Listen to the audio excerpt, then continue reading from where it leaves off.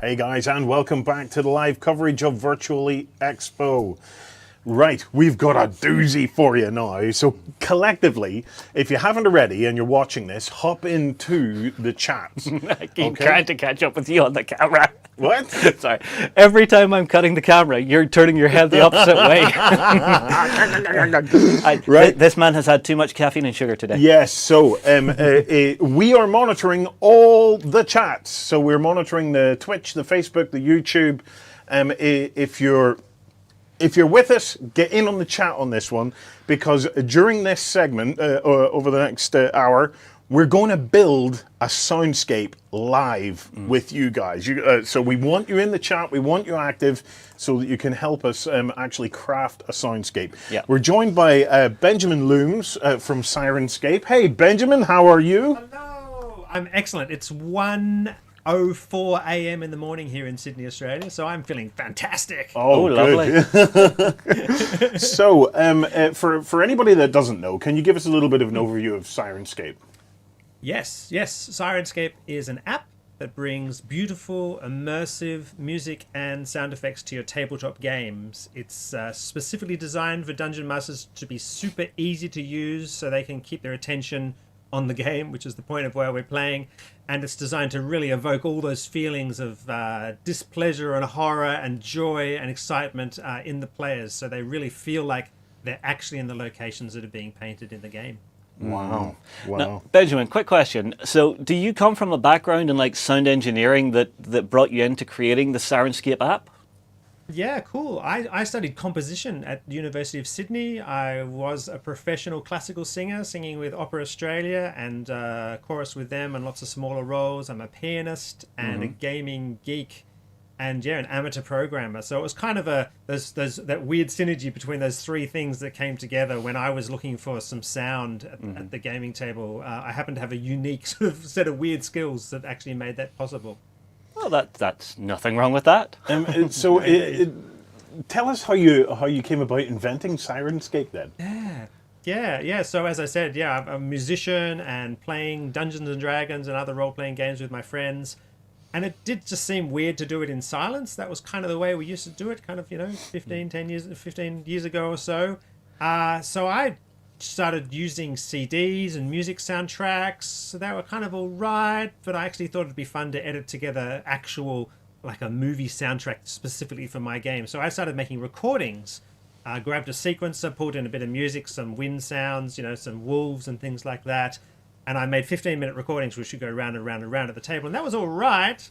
until the day when the players had been in this town for like the fifth time that had gone around the 45 minutes, because the 15 minutes, because they were still negotiating like exactly what the precise deal was and where they were going. And there'd been this dog, and then there's of a wolf, which I'd stuck in that loop, and it had gone round 5 times already. And instead of immersing my players in my medieval town, it was actually becoming slightly annoying to them, the sheer repetitive nature of it. And they stopped the table, and like all of them all together just went, oh. Like,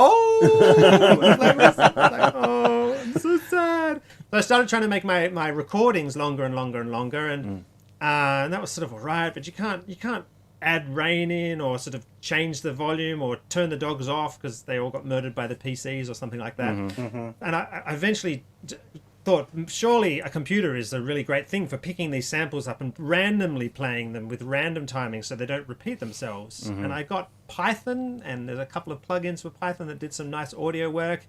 And yeah, in the spare time between teaching piano students and singing students, I cobbled together kind of this fairly dodgy sort of program that did that and used it at my table, and people loved it. So then I shared it on the internet. We're talking like 11 years ago as donationware. People really, really liked it, which was super cool, and donated money. And then before I knew it, they were asking, I want an iOS version and I want more content. And it's like, So I contacted an entrepreneur that I was working with at the time. He was running an arts program that I was conducting in. And I wanted a tech contact, someone who could help me translate it into, you know, iOS, Objective-C, that awful language. And he was kind of like, what is this thing? Yeah. And suddenly I'm coming up with business proposals and modeling the audience availability and all this sort of stuff. And then it just sort of went crazy from there. And now I'm the CEO of this company and do all this amazing stuff.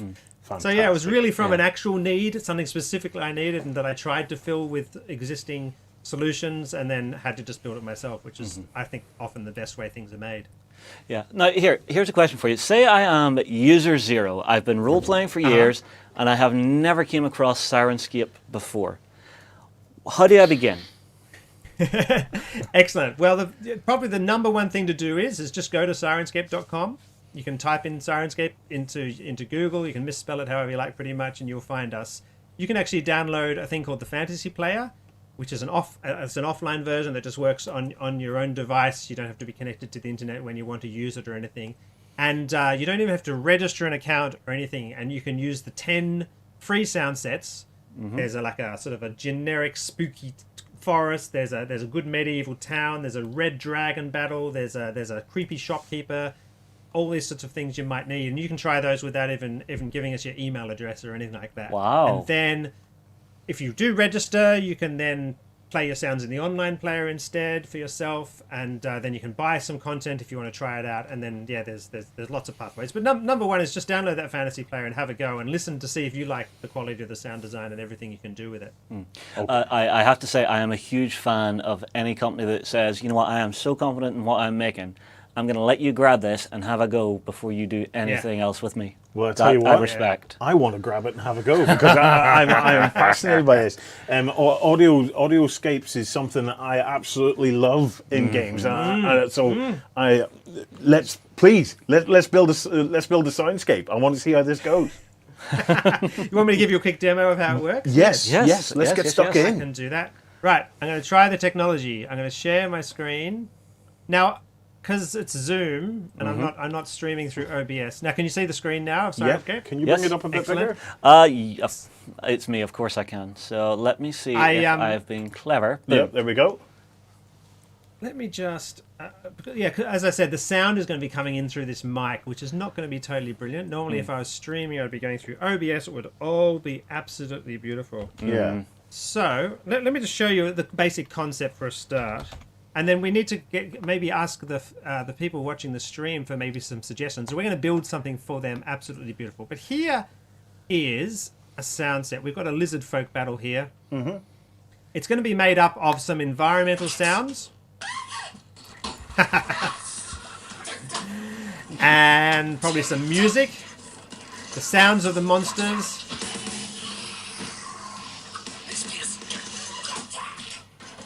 We can add in the sound of rain. We could add in the sound of lava pouring down on the players.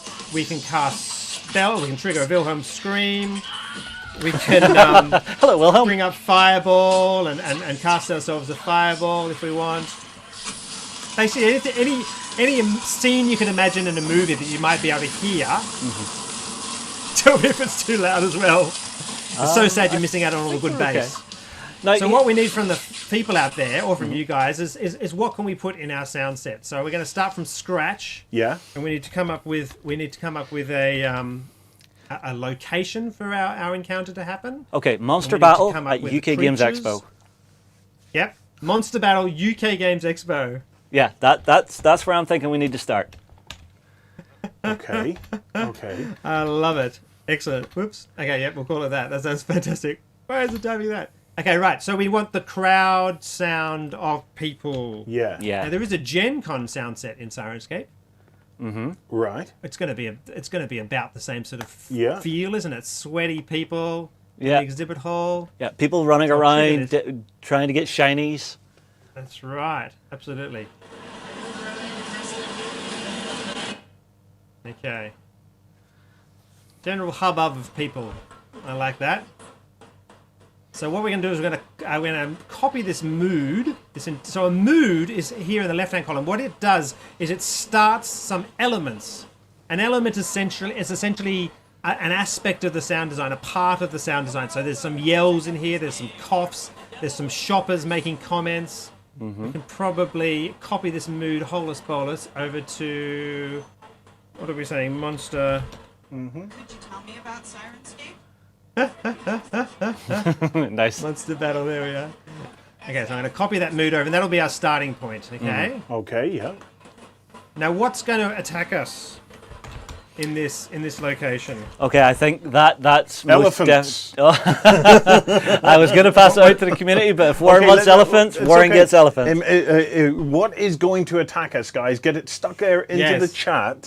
So you can comment on YouTube, you can comment on Twitch, you can comment on your Twitter, Okay. your Periscope, or YouTube. Yeah. Did I- And and if they add Add don't an pick, elephant it's in going to there, be because mammoths. that's an important place to start. Okay, the Con Dragon we've got. I'm seeing Yeti. Uh-huh. Magic the Gathering players.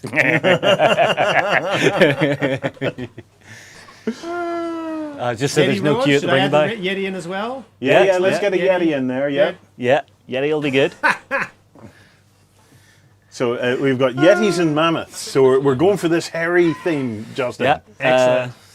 Some people are going nuts with this.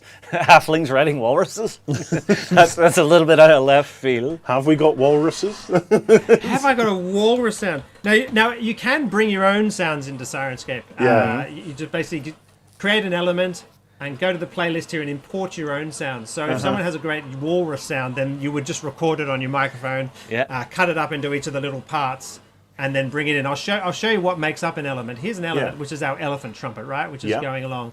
It's filled with 10 different element trumpets. Oh. And every time that little timer ring goes around, which happens every 3 to 30 seconds. I think if our elephant's in a battle, it's going to happen more frequently, isn't it? So let's make it go sort of every 1 to 3 seconds. It's going to elephant roar.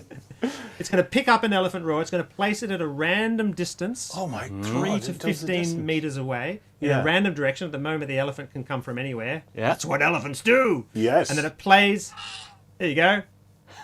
See how it's happening more frequently. It puts forest reverb on. So we probably want to make that different, don't we? Let's make that concert hall Yeah. Oh yeah. probably a. There we go. And it plays that elephant, and it picks a different random elephant roar every single time, Nice. as you can see here from the playlist. And So if I took the time now, which you really don't want to wait and watch me just perform my favorite walrus sound, that's what I would do. I would drag my walrus sample. That's right. It's not like a 10-minute recording of a whole lot of walrus sounds. It's each individual walrus utterance Yes. broken into a separate sample. Yeah. So Okay, is right.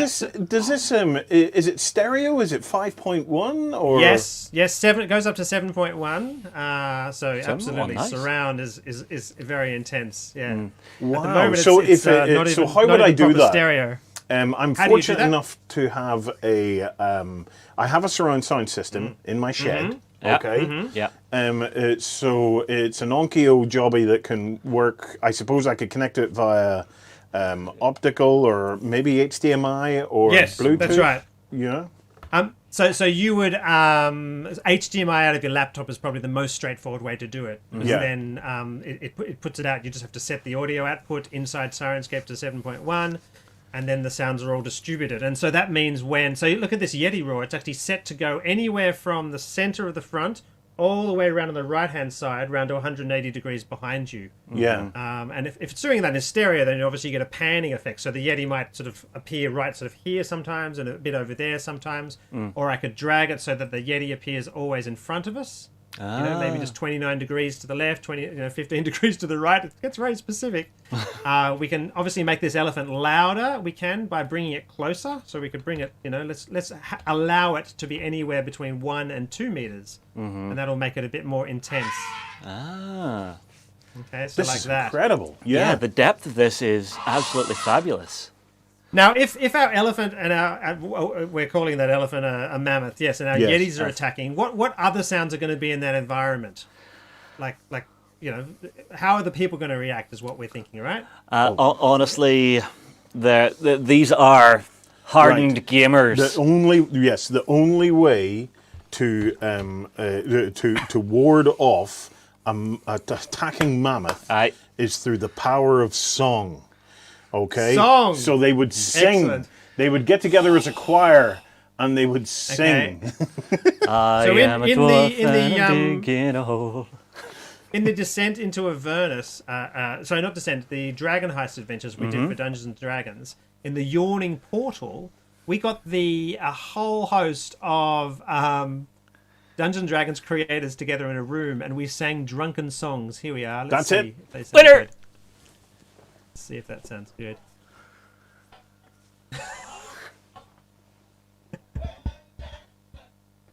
Oh, we're not quite picking it up over here. You maybe need to move your microphone Yeah, closer. I'm making it louder. I'm making it louder. That's as loud as I can go. Oh, it's not coming through quite right for us here. I have a question though. Oh, that's so sad. That's so sad. But imagine there's drunken Yes. sounds going on. I'm going to copy that into our sound set. Yeah. Copy into sound set Monster Battle. Excellent. That's there as well. What about screaming? Oh, I've got big male warriors. Do you think that's a Oh fair yes. assessment? Oh, yes, Yes. yes, Big yes, male yes, warriors. yes, That yes. sounds good. Yeah. So we'll add that into our sound set. Yeah. And we maybe want to throw the strong female warriors in there as well. Yep. Yes, absolutely. Yep. So Monster Battle, here we are. Okay, we're going to add that element. So I basically just searched for the word warrior because I thought when us gamers are bold and strong. Of course. and, Oh yes. Of course. Now, a little question from myself. yes. Let's say I have created the ultimate dungeon atmospheric piece through Syrinscape. Yes. Is that just for me, or is there a way for me to share my creation with my friends? Yeah, absolutely. So yeah, so number one, you're going to use this at your table, right? Once you've finished it, and this extraordinary encounter that you've dreamt up happens, you're going to sit and play it at your table, and your player's going to love it. If you're playing remotely, these sounds, the interface here I'm using is the Syrinscape Online Player. Each of your players can have a little player app sitting on their desktop, and actually, instead of going down my microphone, as you can see how sadly spoilt the sound is, but you can all hear it yourself by downloading it. It will be playing locally on your machine, which is a super cool thing. So rather Nice. than going through the Zoom horrible compression, the sounds are actually broadcast out. The samples are delivered right onto your players' computers, Nice. and then they can play it there.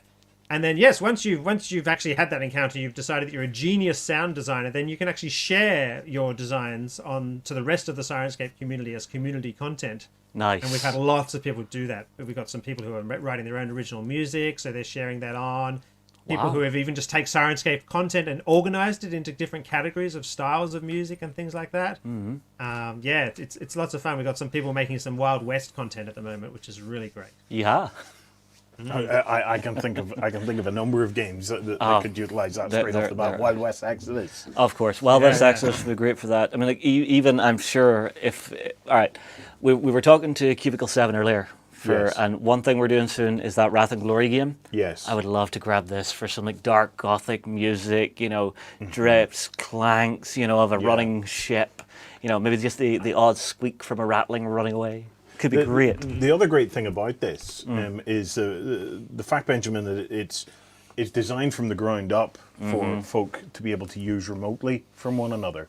Yeah. In today's current pandemic situation that we find ourselves in, it just makes us just perfect. You know, because we're gaming remotely from one another, and many of us are gaming with people on the other side of the world because it's the only kind of gaming we're getting at the moment. So this way, we're able to share in I suppose it's like a much more in-depth kind of experience where we have this audio enveloping us. That's one of the things I love. I've been playing, with my gaming group, the Dice Stormers, remotely. And what's cool, because, as I said, so you basically use this interface to control the sounds and to trigger them as a dungeon master. And then whoever has the little online player, and I'll show you what it looks like. Here it is running on my iPad. Yep.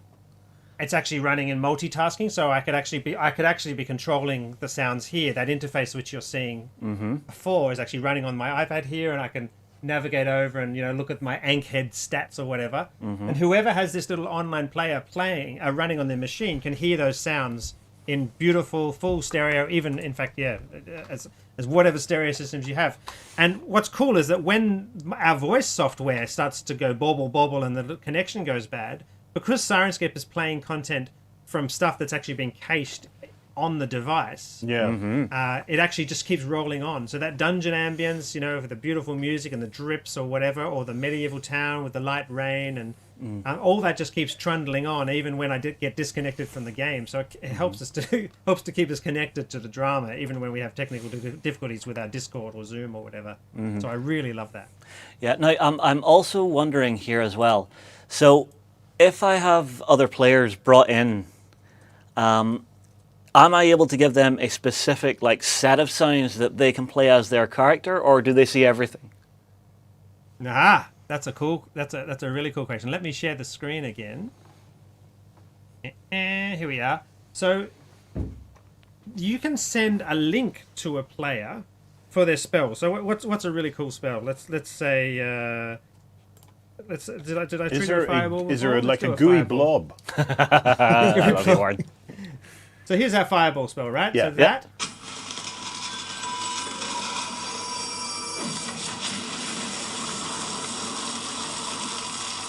I can actually go here. What will it be? Wizard spells? Okay, wizard spells.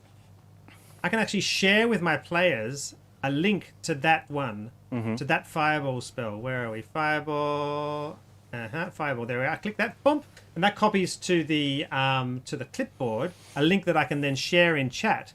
And then all they have to do is use that link. They just have to navigate to that link in a browser or send that link out from a run command or whatever. And that fireball sound will be incorporated into the rest of the stream.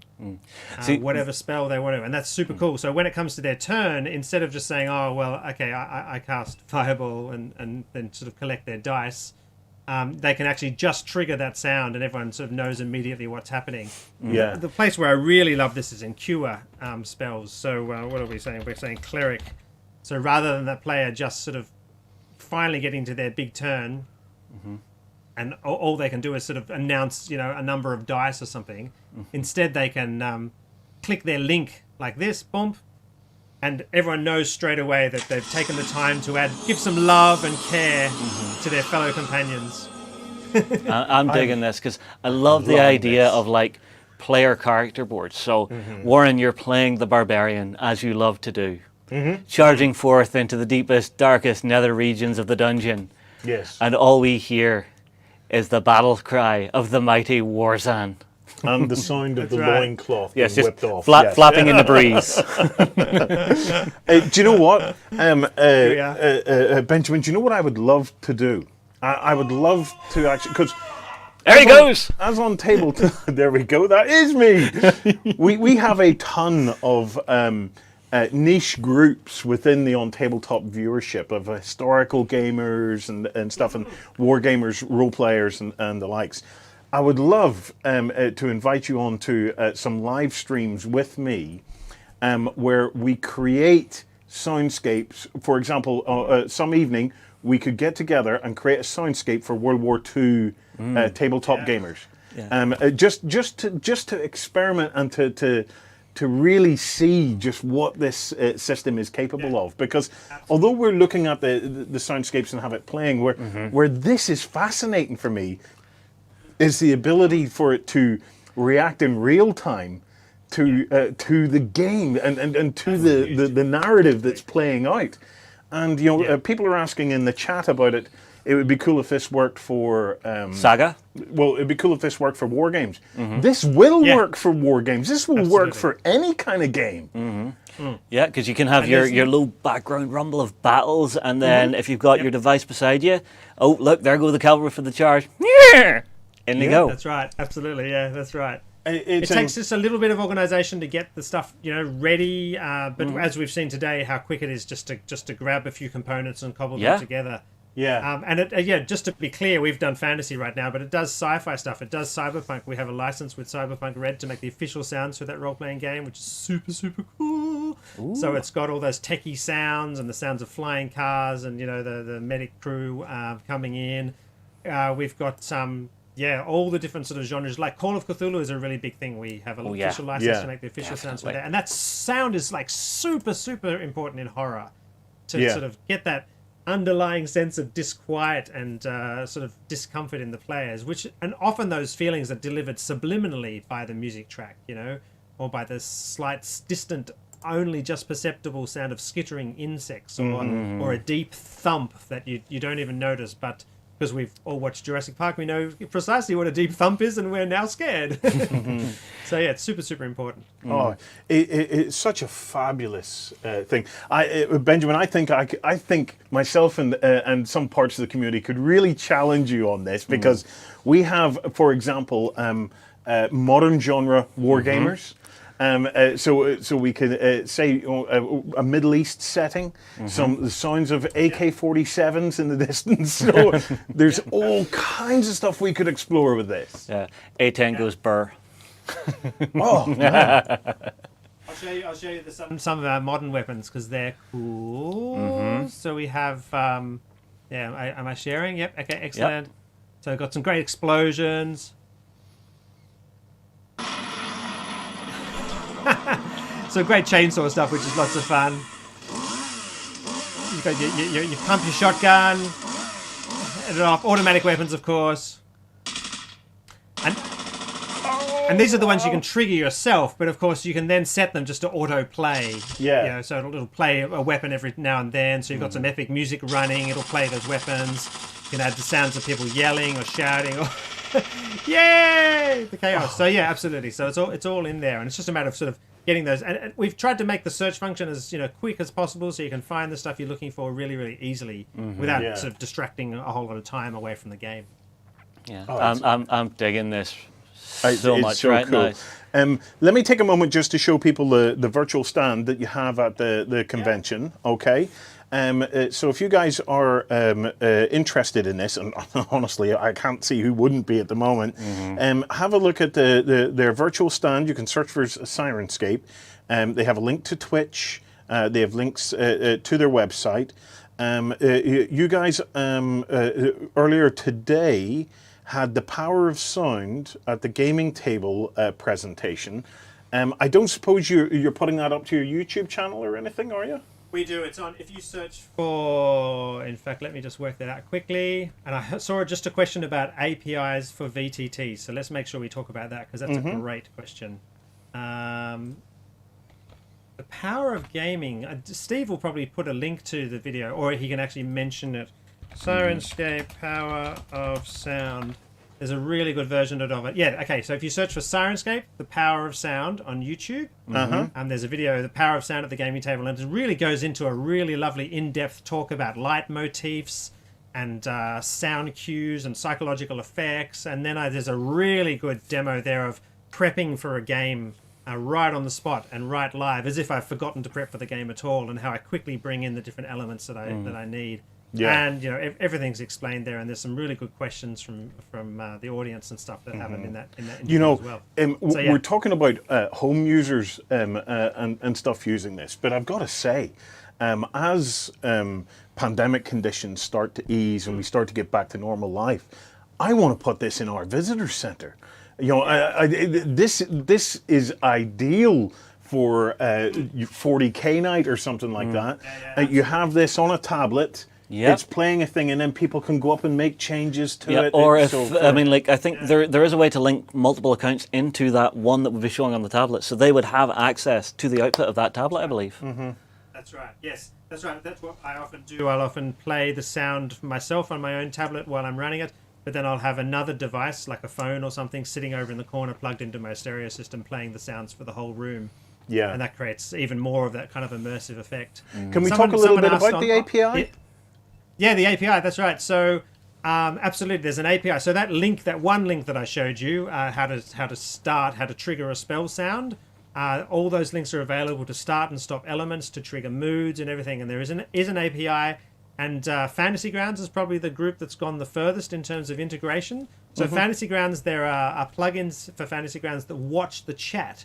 And if you cast a message spell, it says so in chat, and the API is listening and watching, and it will actually trigger a message spell sound automatically. If someone fireballs and the message appears in the chat of Fantasy Grounds, you know, fireball, 28 damage on a save or whatever, it plays the fireball sound. When you swing and miss, it plays a swing and miss sound. When there's a critical hit, it plays a critical hit sound, which is super, super cool. So people have built those already, and yeah, absolutely, it's Syrinscape is 100% ready to be integrated into whatever VTTs that people are able to do. This is cool. Really, really great. Yeah. I'm going to throw it out there because I'm just absolutely curious. Obviously, you've embarked onto the soundscape. These days, with home automation and the likes, we're seeing lots of fancy lights like Philips Hue and everything else. Has it occurred to you maybe to see if you can go further?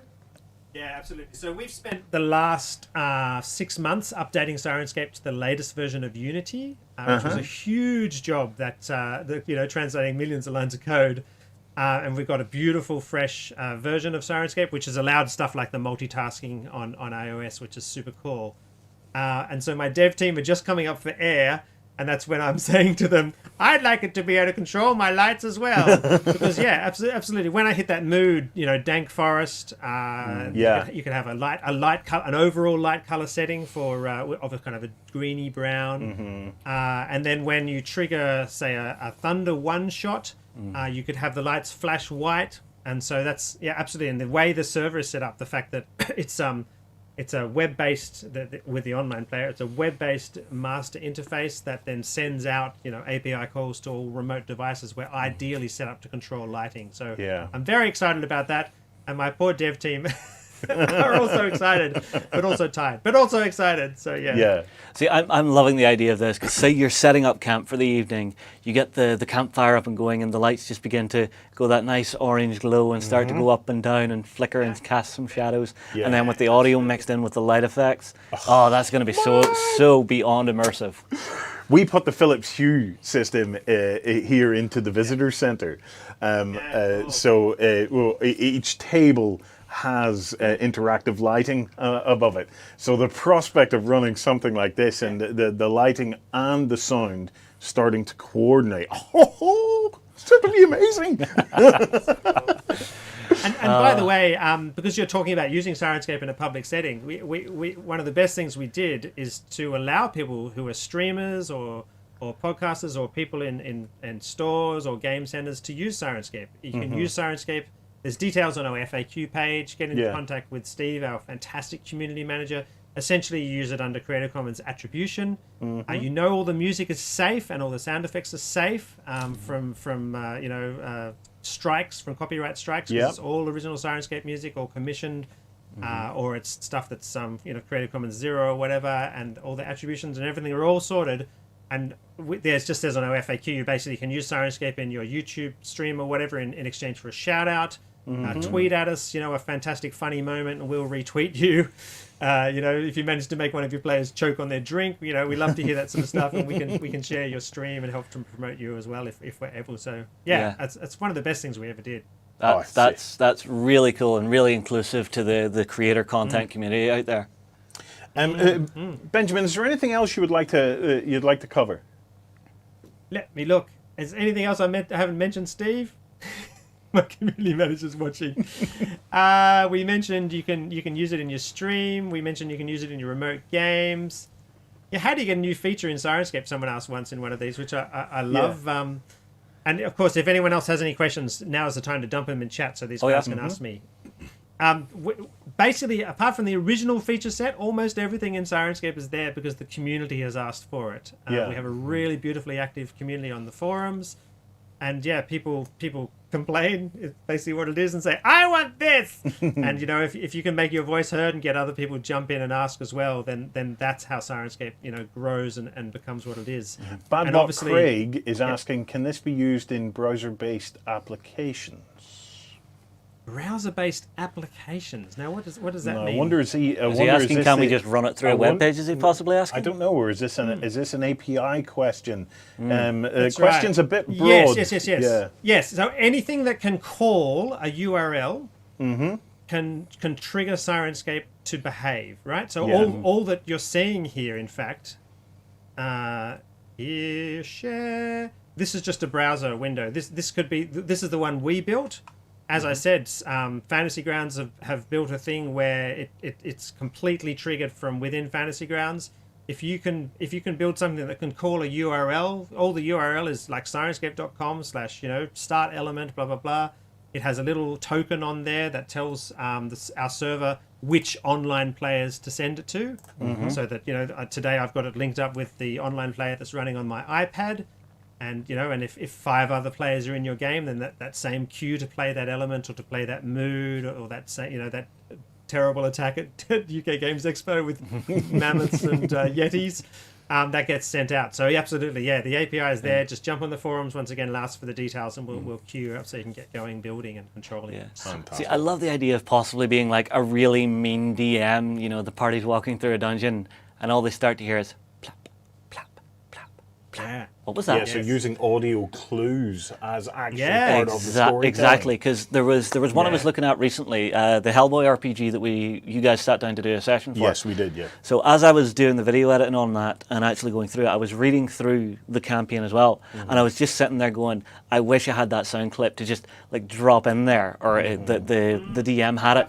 And just as you guys were, faffing about a little bit, searching through rooms, you could have just had that little audio cue just to like maybe make you go, wait, what was that? I'm getting paranoid. What's going on here? It adds, Hurry up too, can't it sometimes? it adds a whole new aspect to your toolkit as a dungeon master, as a games master, to be able to interact with your players. It's atmospheric cues. Yeah, because it's so, as you say, it doesn't have to be reactive.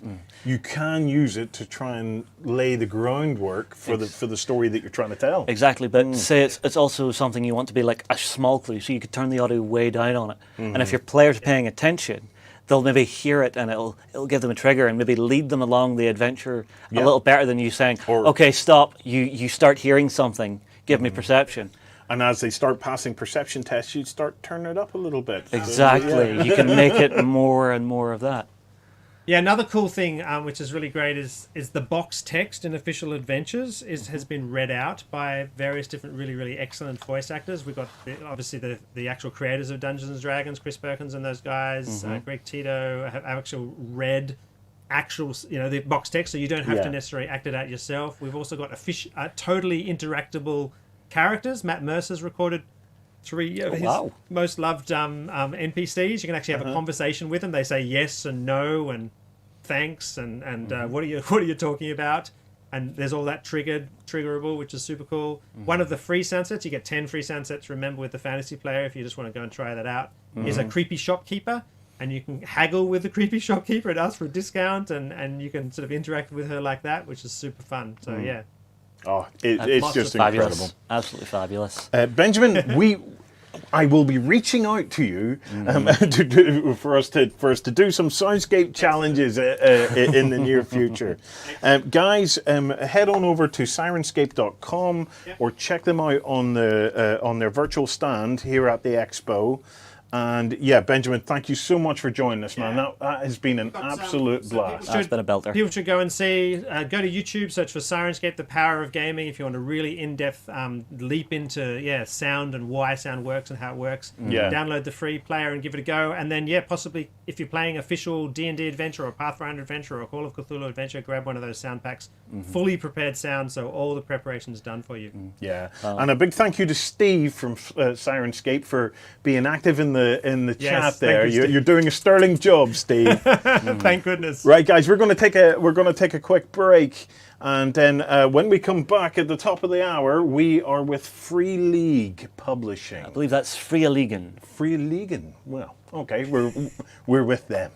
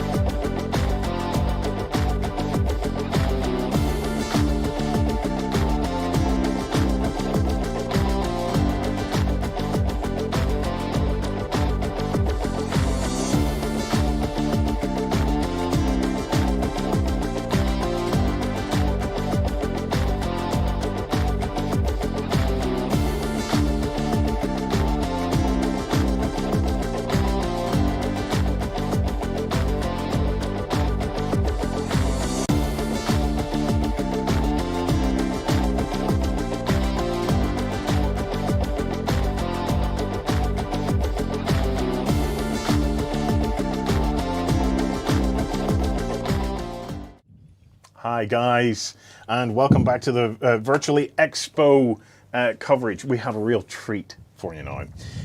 We have a bit of a panel, okay? So we have Andrew, Johan, Niles, and Dave from Free League Publishing, and it's going to be a bit of a panel conversation, okay? So maybe we just bring up all of the speakers at the same time, Justin, if we can do that. I can. Do me one favor. And turn me off. Yes, I need you to. I need to turn you off, Warren. I'm so sorry, buddy. Oh, of course he does.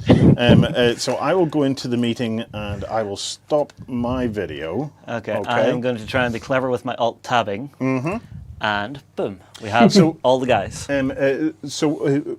Dave is going to lead this and moderate. I'm going to keep an eye on the chat room, guys. So if you have questions as they come to you during all of this, please feed them into the chat, and we'll feed them into the conversation as well, because we're going to be talking generally about horror in role-playing and the types of horror and the likes. Okay, so I'm monitoring the chat at the moment. I just want to do a shout out to Geek Native.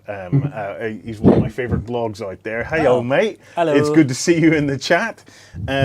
Right. So Dave, Niels, Johan, and Andrew, I will pass over to you guys. Please lead the way. Horror in role playing.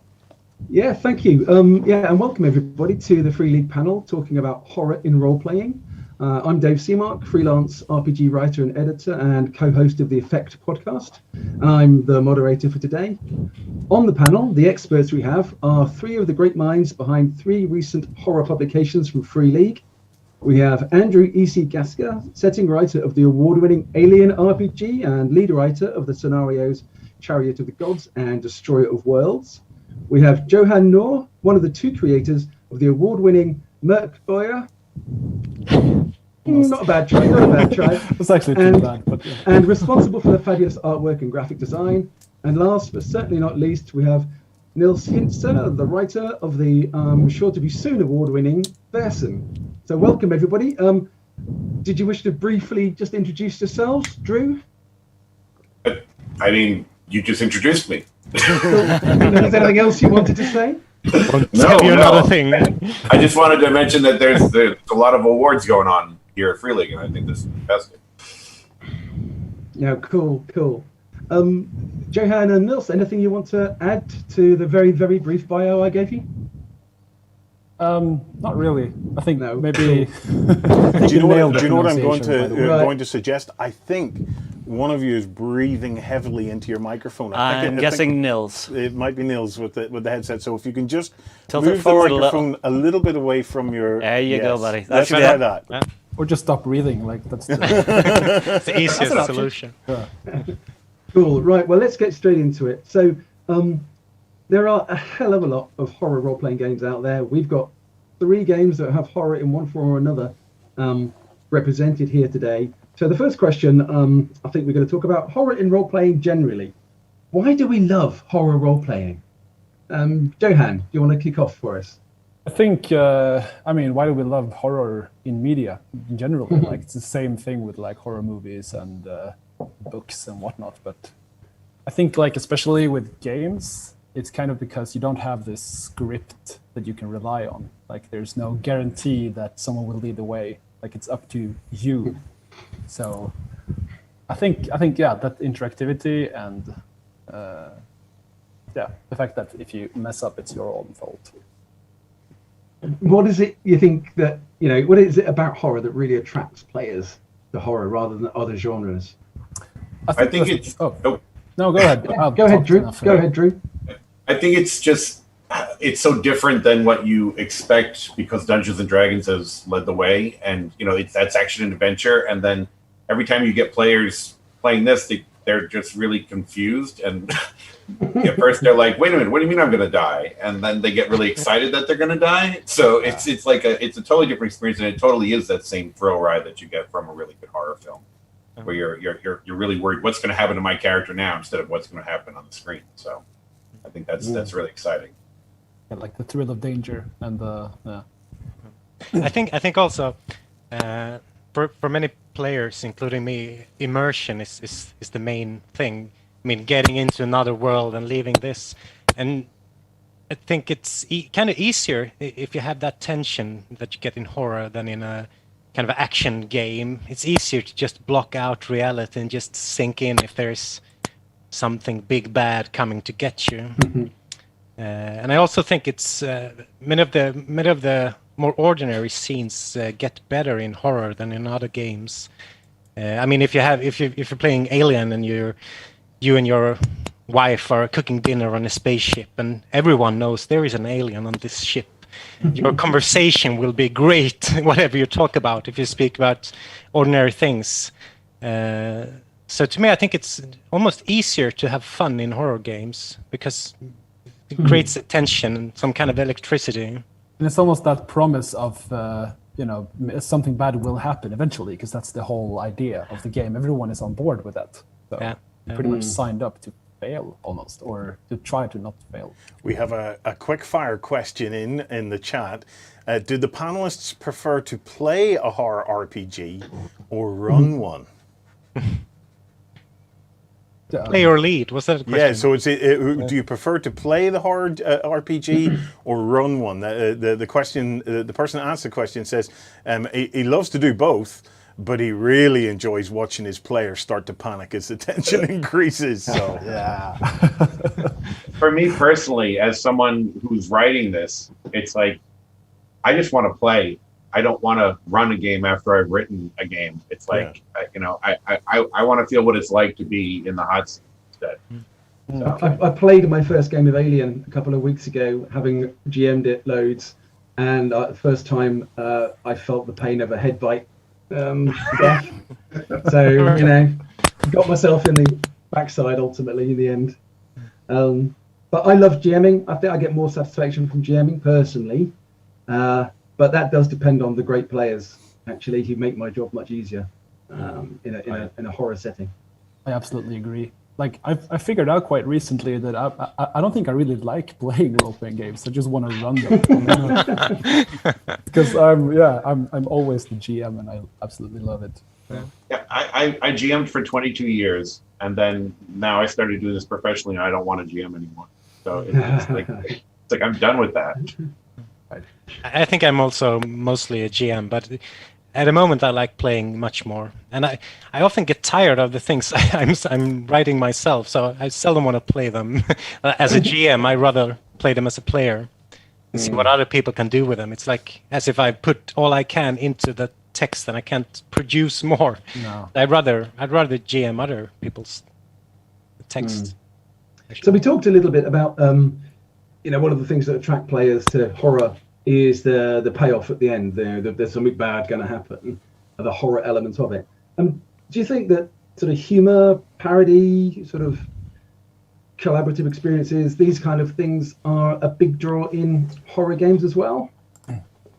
I do. I think so. If I may just steal the microphone here, but because I think if we talk about Mörkborg, for instance, it's kind of an odd bird here, really, because we don't talk about it as a horror game, really. It's more of a kind of dark fantasy, apocalyptic, or almost like a dark horror comedy, almost. Because every time that we've played it, it's been pure, terror and misery in the game, but we're laughing our asses off at the table. So it's kind of that sweet sort of contrast and mix that I think that you need to have in some way. Like if everything is bleak and just dark, nothing is. So yeah, and I believe that humor is important to switch it up a bit. There is one game I particularly love called 10 Candles, which is a game in which you are going to die. There is no two ways about it, and you are narrating the story of your death. And that's a brilliant collaborative experience where it's the fun of creating the story together. It's not so much the horror, or it's the kind of get to the dramatic point of how you die in the most exciting or dramatic or sacrificial way. It's a great collaborative experience. Kind of the same thing with Mörkborg, actually. You know that everything is going to end. But, just like in real life. I mean, we know that. Is one big horror story. Is that bringing the conversation down a bit there? That's just how it is. How about you, Drew? In Alien in particular, how do you feel? in that sense with sort of horror, sort of the black humor and the parody element of players enjoying the game. I mean, I guess what it comes down to is like everybody seems to be telling amazing stories about how they were scared and died, and which is just it really. Oh my God! I can't believe that this happened to me. You know, and everyone. So there's this huge fun behind it. At the same time that they're scrambling to keep their character alive. So it is like this. It is like a dark humor thing. And a bunch of fans have been sending me messages telling me things that happened in Destroyer when they ran it. And they're like some of the things that the players do when they panic is just ridiculous. And you know, everybody's having a great time at the table. And you would think that it would be all bleak and everything, but it's not. Horror does both of you. It's like it's that little tension laugh that you have, you know, when you're watching a horror film and someone makes a little joke. If it's done right, it just relieves the tension just a little bit, enough for you to get hit again. If it's done wrong, it becomes just a parody, and that's it. So, yeah, it's been so much fun watching and listening to people's experience with Alien, and it's just not what I expected, because I'm used to the Dungeons and Dragons crowd, and I love Dungeons and Dragons. I want to DM for 22 years. That's mostly what I was DMing. Yeah. But everybody's just like angry. If their character dies, they flip a table. You know, now everybody's excited to get the next character sheet instead. Yeah. We have a question in from the chat here that is quite interesting. So, for you guys, horror RPGs. Do they lend themselves to campaigns, or do you feel that they lend themselves better to kind of like one-shots? Good question. Well, with Alien, we've been doing the cinematic scenarios, and they seem to be doing really well. But we're also been working on campaign stuff, and I think with something like Alien, at least, like the Alien has to become something special, like a reward, like. If you're doing campaigns with these characters, you have to explore the whole universe that's going on, different aspects of it, and then when the alien shows up, you can still be terrifying. Because if every encounter is another alien, it's not going to be exciting anymore. So, but I really think that campaign play works well because we've developed the universe as much as we have, with all the source material that was already out there that pre-existed, comics and novels and everything. So, honestly, I'm excited to see what people are going to do with the campaign books that we put out, but cinematic scenarios, it's you're lucky if one person gets out alive, and it becomes a totally different type of experience. So, Nils, how do you feel from a Versen perspective on that question?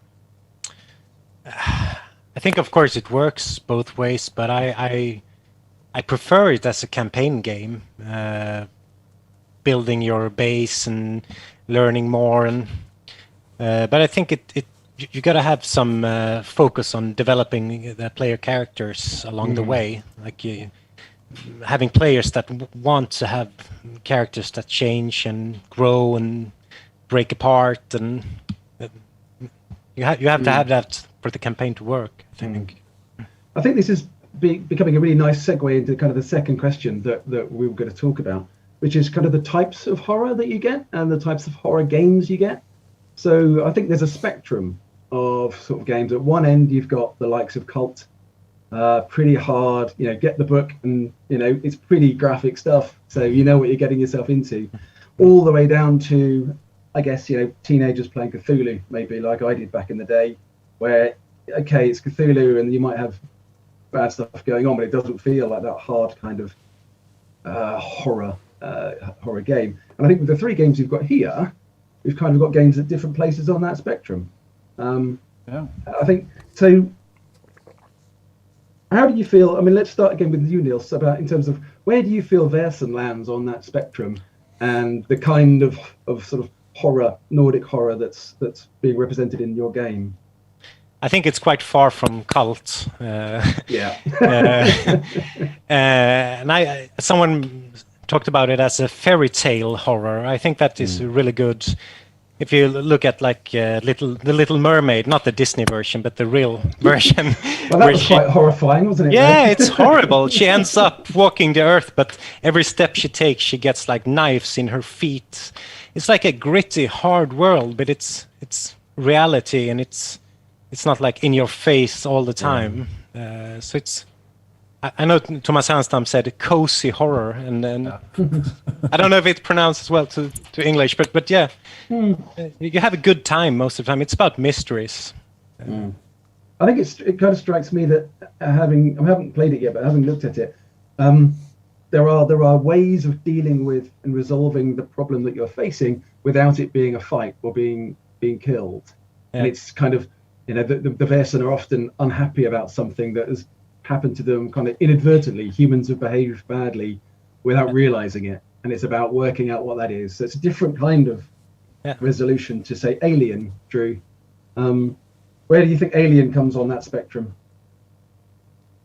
I mean, it's here's what the balance is that your players know what this alien's going to do. Okay, so it has to be you find a way to scare the players with what they know. Okay, and that's what makes it difficult. So in that case, it's not a fantasy. It's to me, it's just survival is what Alien is, and as a successful GM, you totally have to throw them a curveball in some way, shape, or form.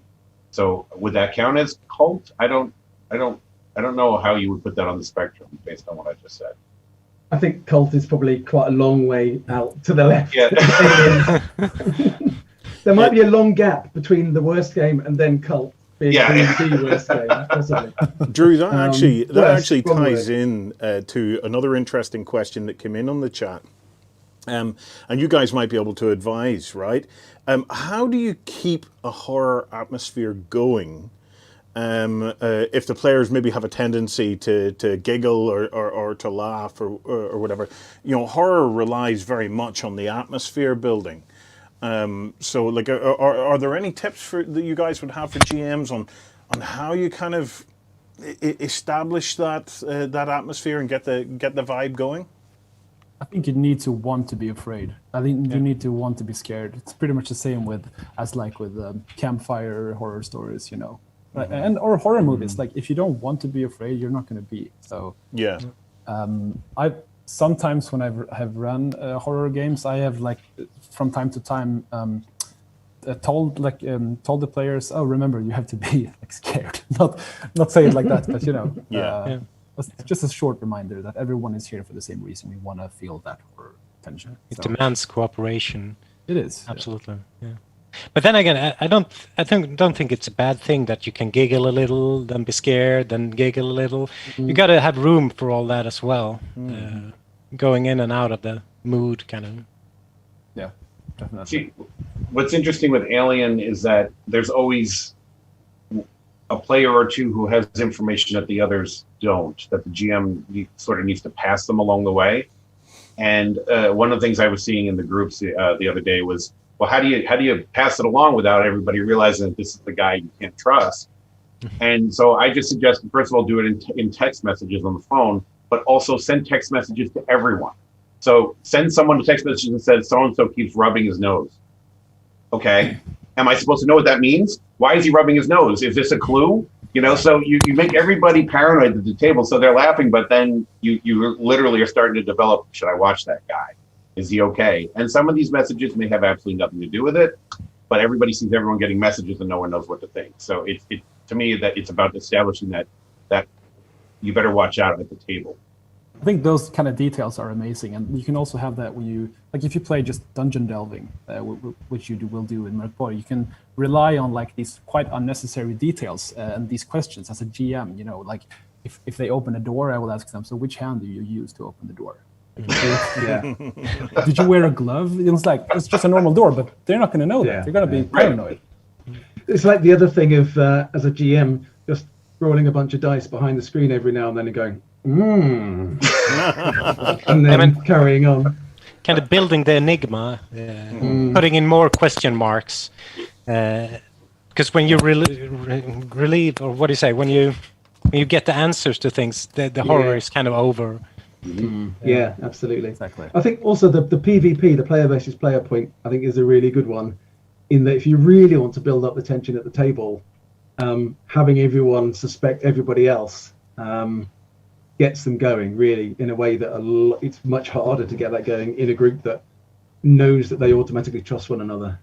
And make sure the stakes are high always. Like Yeah. kill the PCs if you need to. Like let them know that they're not heroes; they're victims. Yeah, I think That's that why we have extra characters ready to go in the wings. Yeah. I think contrast is a real important thing between like weak player characters and difficult hard monsters, and you have that in all of these games. I mean, in Mörkborg you play a scoundrel, worthless, and the world will end. And in Alien you're a marine maybe, but you still can put up a fight. And in Vaesen it's the same thing. You have this contrast where you can actually not measure up to the threats that you're facing, and that is important. Yeah, I think there's an interesting thing there about you have hope that you can hold it off for a while, or you might be able to escape from it, but actually, you can't go toe to toe at any point because you're outmatched. Cool. We were talking about the game style. So the one thing we didn't talk about was Mörkborg on that. Sorry, that was even worse than my first attempt, wasn't it? No, just don't worry about it. This is so embarrassing. So in terms of where you think your game, Johan, sits on that scale, and how it feels from that point of view. Yeah, like again, it's kind of weird because it's not explicitly horror in a way. It's dark fantasy, but I think the imagery and the kind of world that we use is horrific, and it uses a lot of. We're quite self-aware and self-parodying almost in a way, or it's so over the top.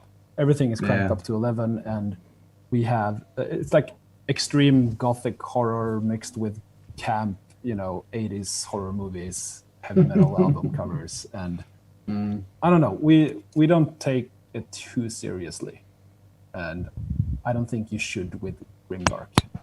Yeah, because it doesn't work if it's too serious all the time.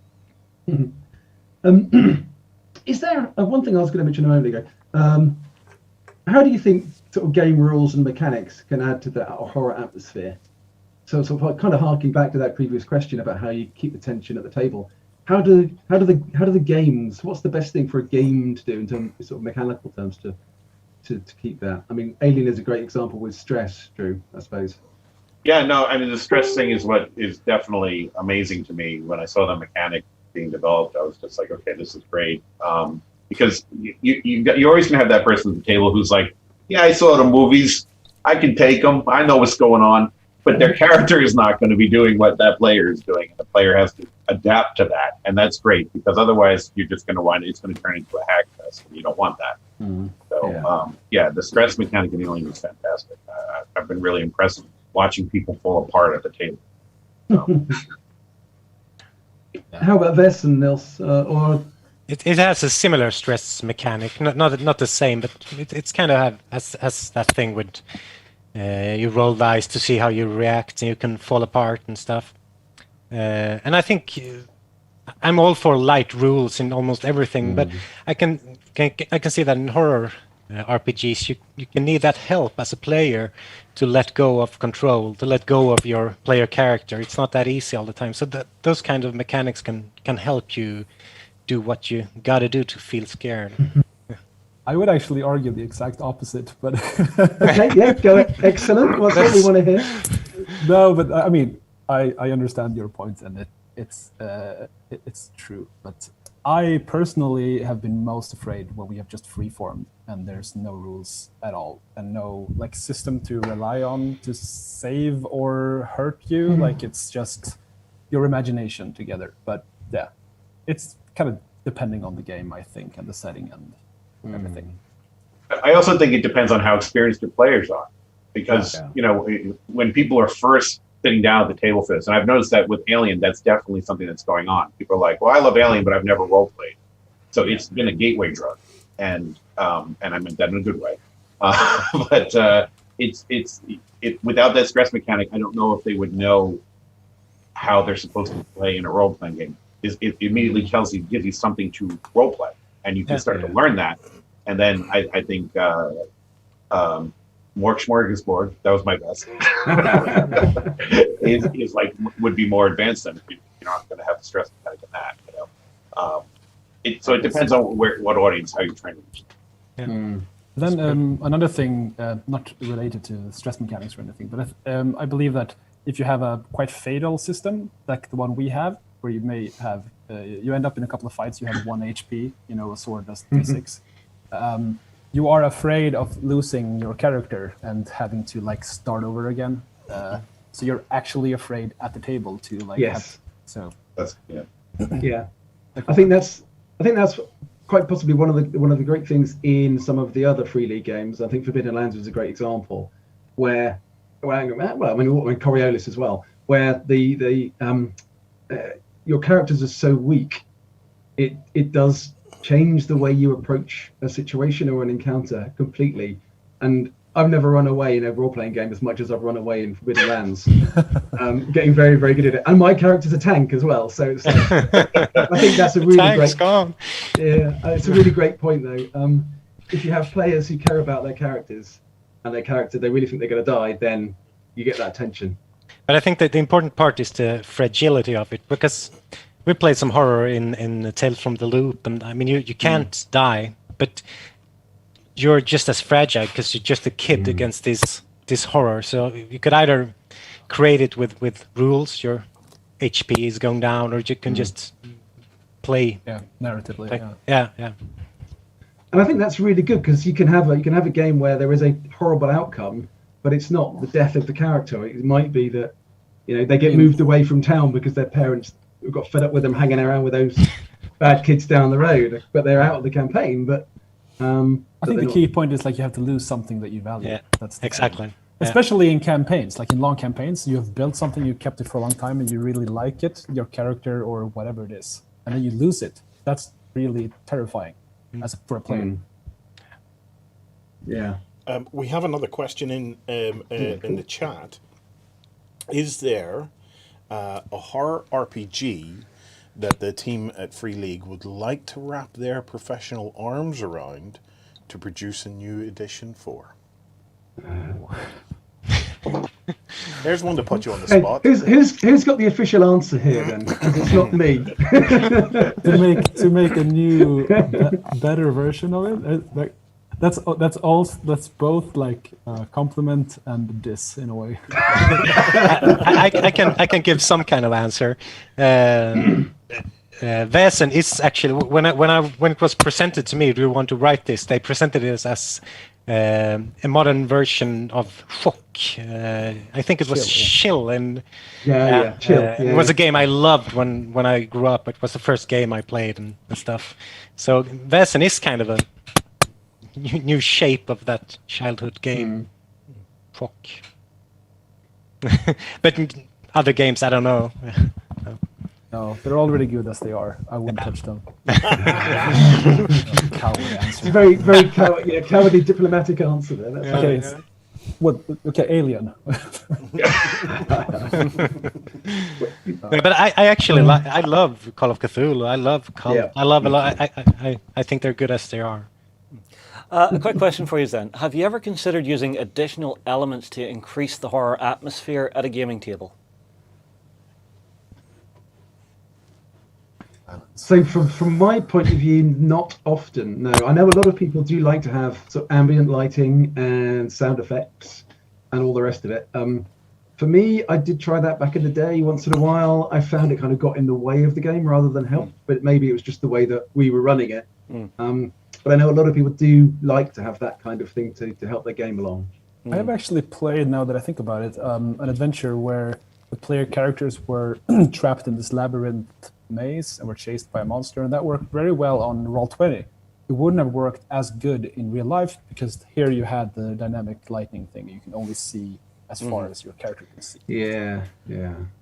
Maybe that. Otherwise, I don't think so. Any thoughts, Drew or Neil? Recently on one of the groups, I saw somebody was saying that they prefer to role play in person, but because of COVID, they've been unable to.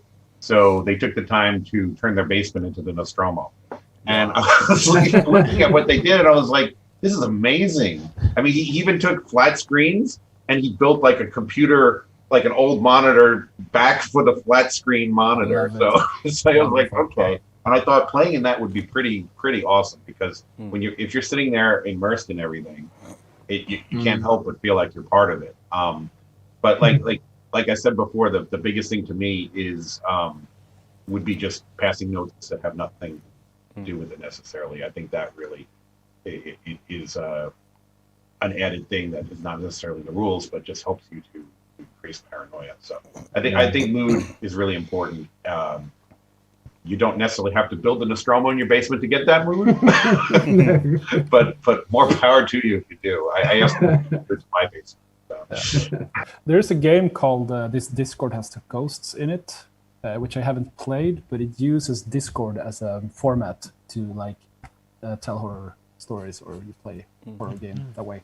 So I think you can definitely experiment with different formats and different mediums and use digitally if you want to. So moving on to horror themes then. I mean, we've talked a bit about that spectrum of horror.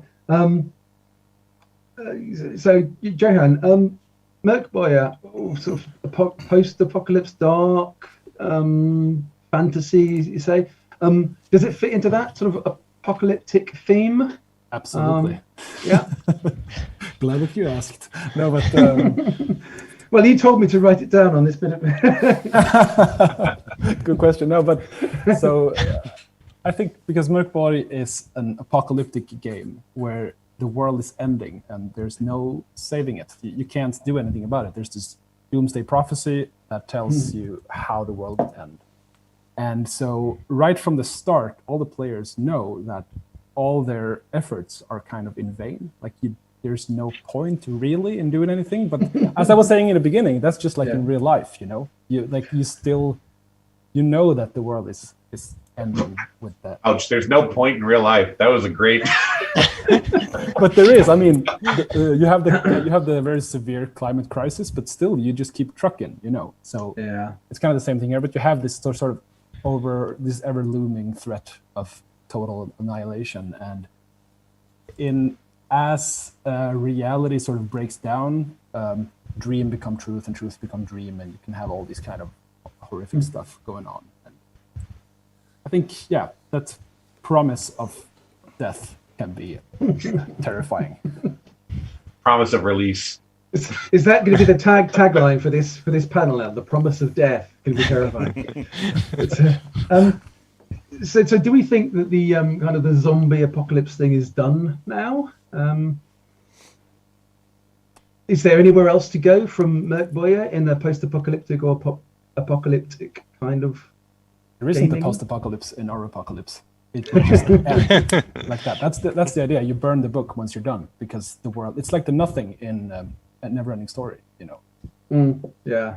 Well, clearly, all writers of post-apocalyptic and zombies will have to readdress the realism, because now we know in apocalyptic scenarios we actually go out and buy toilet roll in vast amounts. I actually saw someone tried to return what they bought at one point. It's just like, what? So it's the fact that we have went through a dry run now of a post-apocalypse. I think we all know exactly how it's going to happen. So we'll have to have toilet roll mechanics now built into our RPGs. So I shall look forward to that shopping game coming out. The game where the currency in the world is toilet paper. Too real. Yeah. What other themes do we think we're sort of looking at? I mean, we've got I think Alien is sort of kind of future dystopia a little bit by the way that the kind of humanity is run, the corporate power, kind of the horror of what humanity does to humanity as well as what is out there in the dark that's causing problems. Is there how much sort of running room is there left for that kind of theme in horror, or are we looking for kind of a new, really original sort of route turn to make in future horror gaming? I mean, we get more and more towards that future every day. So, you see more shocking things going on in the real world, and for me, like, they inspire it drastically. So just like, I mean, with the zombie apocalypse thing, also, it's like these things have to evolve to be relevant for now. That's what it comes down. And if you keep evolving it by staying aware of what's going on now and translating that into, okay, where's that going to go? I think that it's always going to be relevant to play gaming, because you see it coming. Let's explore what that would be. Yeah. Nils, I mean, taking the kind of, sort of supernatural theme, which is kind of very much sort of where Versen's coming from, is there wider kind of Nordic supernatural themes that you'd want to get into in further productions for Versen, like supplements or anything, or where do you think you could take the supernatural theme in? I don't know really. Now I don't really get what you mean, actually. What do you mean? Okay, I think just thinking about themes for horror. So supernatural is obviously a theme for horror. Versen fits quite well within that. There's quite a lot of games out there that rely upon the supernatural for their for their IP. There are some very big ones, the sort of the White Wolf, World of Darkness, Vampire Masquerade, all of that kind of stuff is a good example. Is there, Versen seems to have slipped into a bit of into a gap in the market, where I'm just trying to think, have you got any thoughts about where that is? Then, where are the open fields and the wide vistas for supernatural themes to go in future? I guess it's a very, very long-winded way around of getting to a question. I don't know. If you want to say it's a shit question, move on. Then we can do that. Yeah, maybe it is. I'm sorry, but I don't really get it. I don't think it's. I don't think the game is so much like a Vampire or Buffy the Vampire Slayer, or. I mean, you have the supernatural monsters and everything, but you don't play a monster. And I never thought about that. There could be similarities to White Wolf. Maybe it could, but I think it's more close to Call of Cthulhu than you're going out there in the unknown. I mean, on one level, Versen is about industrialization and the new world emerging. I mean, it's an old world dying where the Versen existed, and now the cities are growing, and so it's kind of post-apocalyptic as well, on a symbolic level, that the old world is going, and to the characters, the old world is strange and odd and dangerous, and they're leaving their safe haven in the city to go out and explore. So I think it's more that than the supernatural, because is that some kind of answer? yeah, no, that's cool. Well, let's move on to something much safer then. So actually, before you move on, I do have a sort of like a question wrapped up on this. One of the most frightening books that I have ever read was wrote by the Vatican's chief exorcist, Father Gabriel Amorth.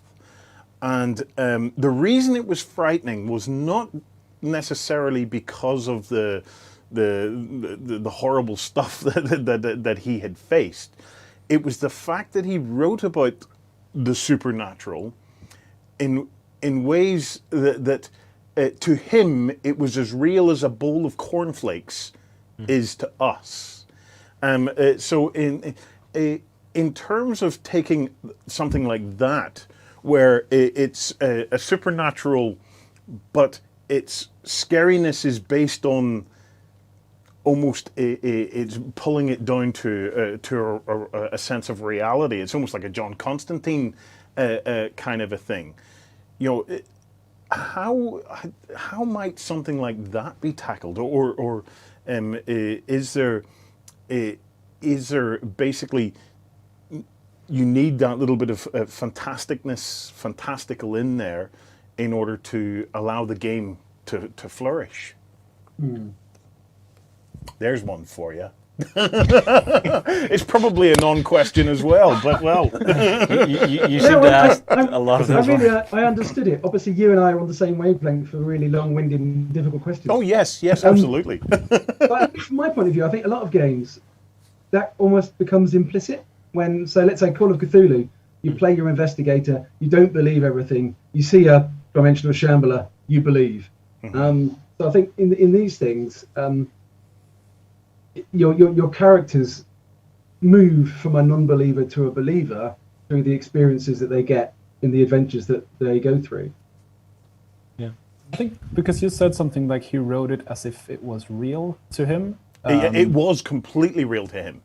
I think maybe you could get inspired by that when you write role-playing games, that you don't talk about something as if you're a game writer. You talk about it as if you are a person in that world, in a way. That's kind of what we have done in Mörk Borg, because you can't really trust anything that's written in a book, because it's not written like a traditional role-playing game book. It's not like these are the facts. It's more like hinted at. And so I think you could, if you treat it as if the book is written in-game in a way, that could possibly... It's interesting that you say that, because when I approach writing the stuff for the adventures for Alien, I'm approaching it as a novelist rather than approaching it thinking about a game. Because there was, like, in Chariot of Gods, there was this horrific birth scene for one of the aliens that I wrote, and if you just say, okay, so the guy's head pops open and this thing comes out, it's like, it's not the same as that if you read it the way I wrote it in the thing, because I've had GMs tell me that their players got sick at the table reading it, and that helped it be, more immersive. So I guess if you thought this was real, or you felt this was real, you could get that really get that going on in mood, if that makes sense. Yeah, totally. Yeah, very much so. That's an interesting point. That kind of, again, nice segue. Tips for people who want to write horror role-playing games. What would your top tip be for someone who wants to embark on writing games, role-playing games in the horror genre? Niels, any thoughts? I think this is the best tips that you just said. You got to create mood. That's the most important thing. And I think games are getting better at that. That's a development that's happening right now, that more and more games are coming out that works with layout and works with in-game texts and stuff. So that is much more important than getting the facts right, kind of.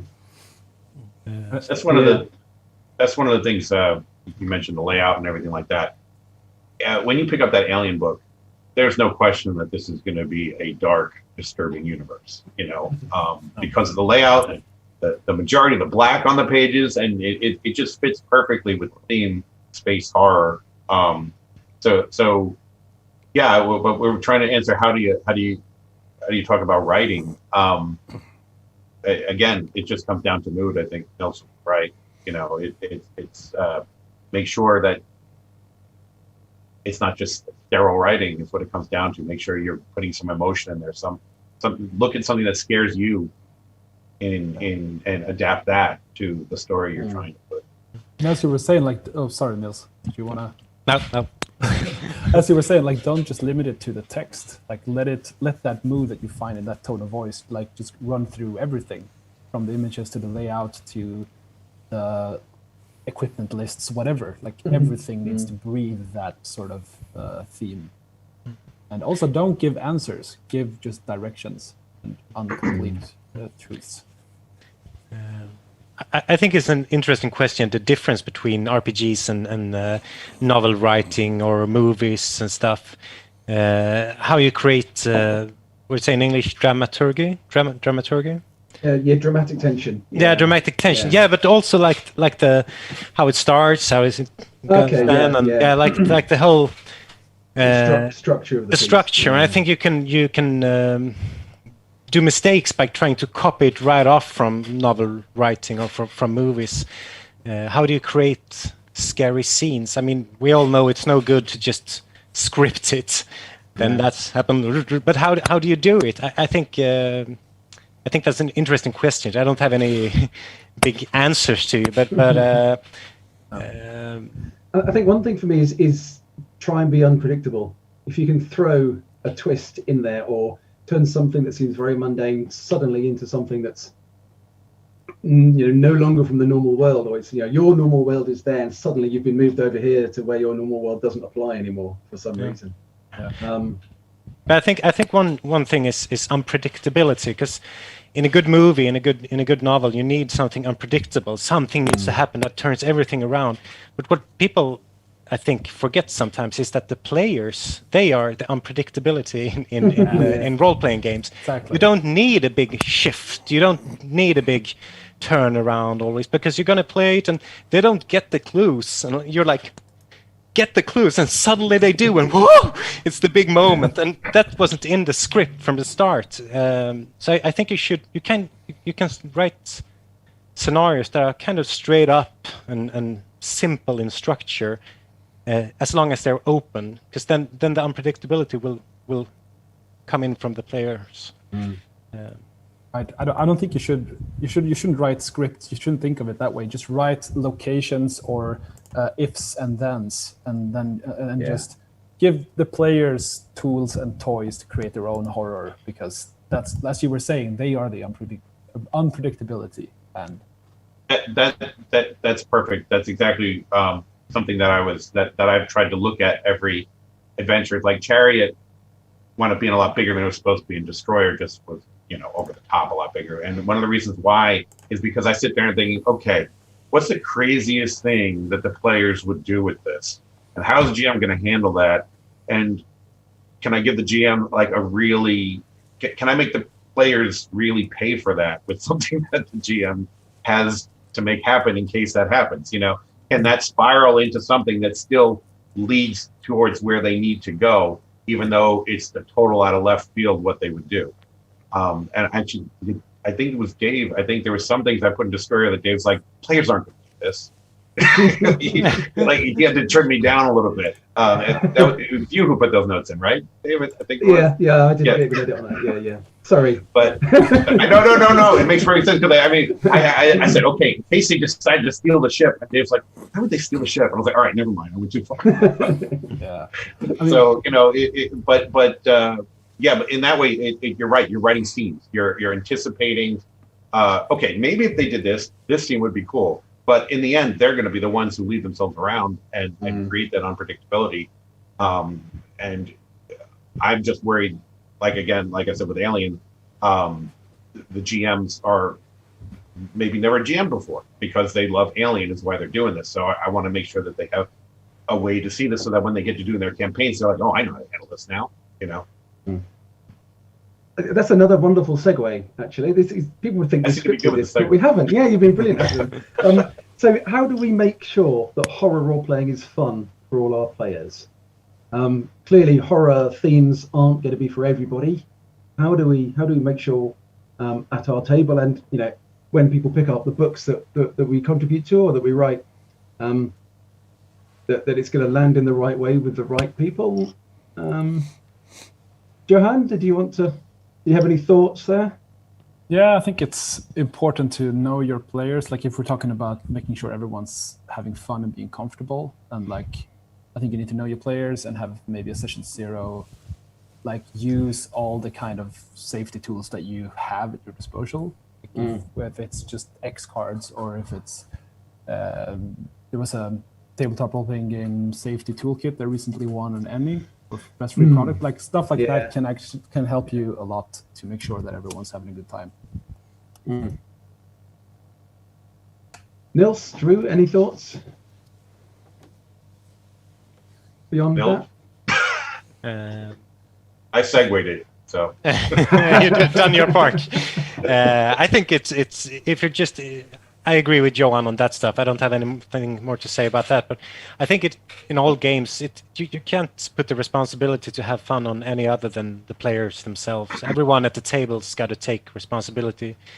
To me, that was an important lesson I learned a couple of years ago that has increased my fun at all role-playing games. You can't the game or anyone else can do it. You got to do it yourself. You got to have fun no matter what you're playing. Kind of. Yeah, I think I think you're absolutely right, Johan, or both of you, but on the knowing your players point. But I think when it comes to convention play, then you just need to be really clear that the themes that are going to be coming up in that scenario are really well flagged, so anybody who might be uncomfortable with them is aware and can then decide not to join your game. But I think there's also something about managing the moment. We had last year at UK Games Expo, we were running some Alien games, and this was in the open hall. It was all the space we had, and I was running a game, and I was just about to launch into a very graphic explanation, description of the death of one of the characters at the hands of an alien. And I looked over my shoulder, and there was like an 8-year-old girl watching. Oh, gotta start somewhere. Who just wandered by with her dad. I thought, okay, whoa. We'll delay that description for a couple of minutes until they move on to the next stall. So I think that's maybe a very, very kind of unique situation. But I think the point is a good one. It's just sort of managing the moment, making sure that you're pitching your description at the right level. Try and judge what you think your players will appreciate and will find fun, and then leave it there. Don't try and shock your players, certainly not with a horror game, because you may shock them a step too far, potentially. Yeah, super important. We're coming down to the last few minutes here, guys. Is there anything else anybody would like to chip in that we haven't covered? I think I might have something. One thing I'm curious about is the ability of players to actually fight against the overarching threat. Do they have to run away and hide, or are they able to stand up to it and be a superhero, or is it somewhere in the middle? How that would actually affect the aspects of the horror in the game? No superheroes. That's not scary if you can beat the big bad, in my opinion. I think in Alien, I think it's in the middle somewhere, and Drew, shout if you disagree. But I think a group of players who know the threat is coming and then prepare and plan a trap, then they have a chance of defeating an alien. A bit different if it's a Colonial Marine game, because you are there to shoot aliens. But for your standard worker, no, 1-to-1, you're a dead man. 5-to-1, you're a dead man. 5-to-1, if you plan a trap and you do lots of interesting and innovative role-playing stuff, yeah, then you've got a chance. Well, I mean, with Alien, I mean, even Ripley only made it through 3 movies. Spoiler, before she died, and it's always like Ripley's dead. I know. Sorry, like 30 years spoiler, 25 years spoiler, whatever. So you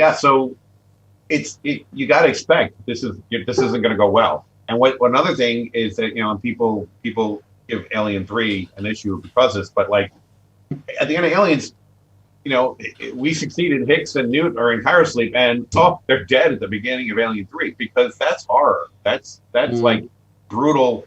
Hey, you may have won, but you didn't win. This is coming. And if your players understand that that's what it's going to be, it's a good thing. So you have an expectancy on how long you're going to make this. And so if you look at Alien was a cinematic scenario, but Alien 1, 2, and 3 was the campaign. So your time is up.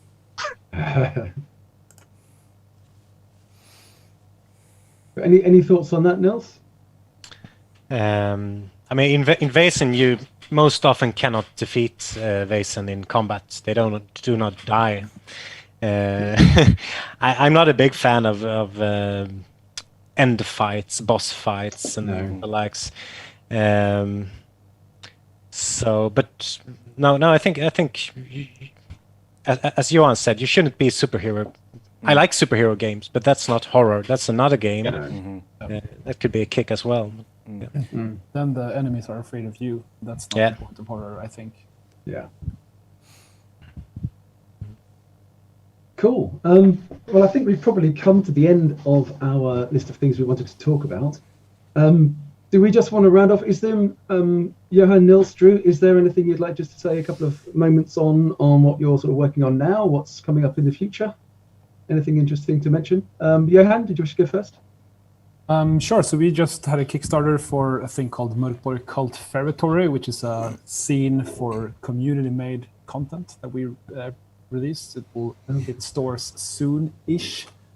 And we're also working on a couple of other yet undisclosed projects. So you can expect more doom and gloom and gory death from us in the future. Absolutely. Nils? Yeah, some of the things from the Kickstarter is not out yet, like the music, and I know Graham Davis is writing something that will be really cool. And then there will come more mysteries, and we have a campaign planned and so on. So there will be a lot of stuff for Basin. Brilliant, thank you. And Drew? There's a lot of Alien coming. I'm working on some things for some other gaming stuff and a couple of graphic novels, but I cannot reveal what they are right now. But in regards to Alien, yeah, we have lots of we have lots of books coming. So if you love the game, expect to be horrified more and more. Cool. Well, I think we've probably come to the end of our panel. Thank you all very much indeed. Thanks to everyone who's been watching.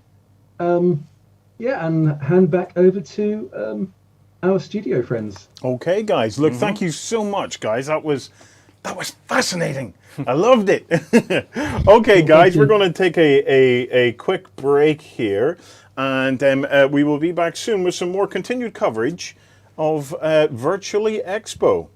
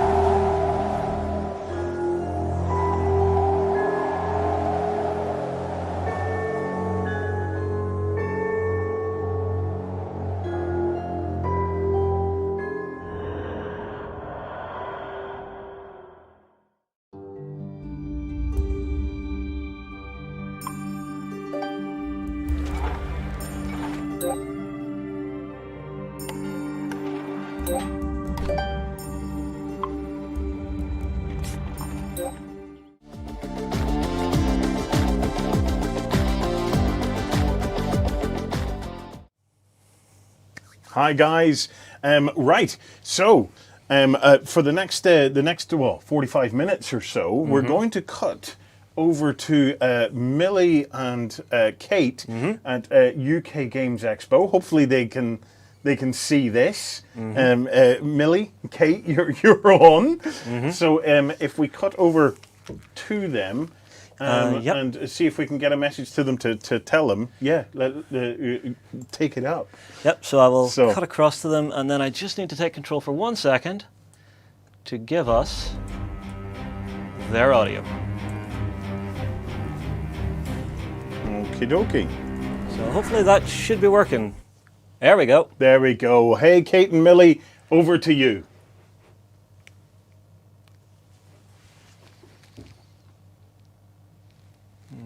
Sorry, ladies, we are not getting audio from you guys for some reason.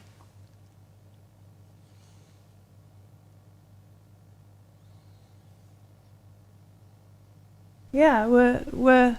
There we go. Oh, there we go. This is like we just had a panel with NASA, and now I feel like this is another NASA moment where we're trying to get from one thing to another. It's possibly easier to terraform Mars than it is to appear on other Twitch channels. Yes, but here we are. We're over in the Virtually Expo studios.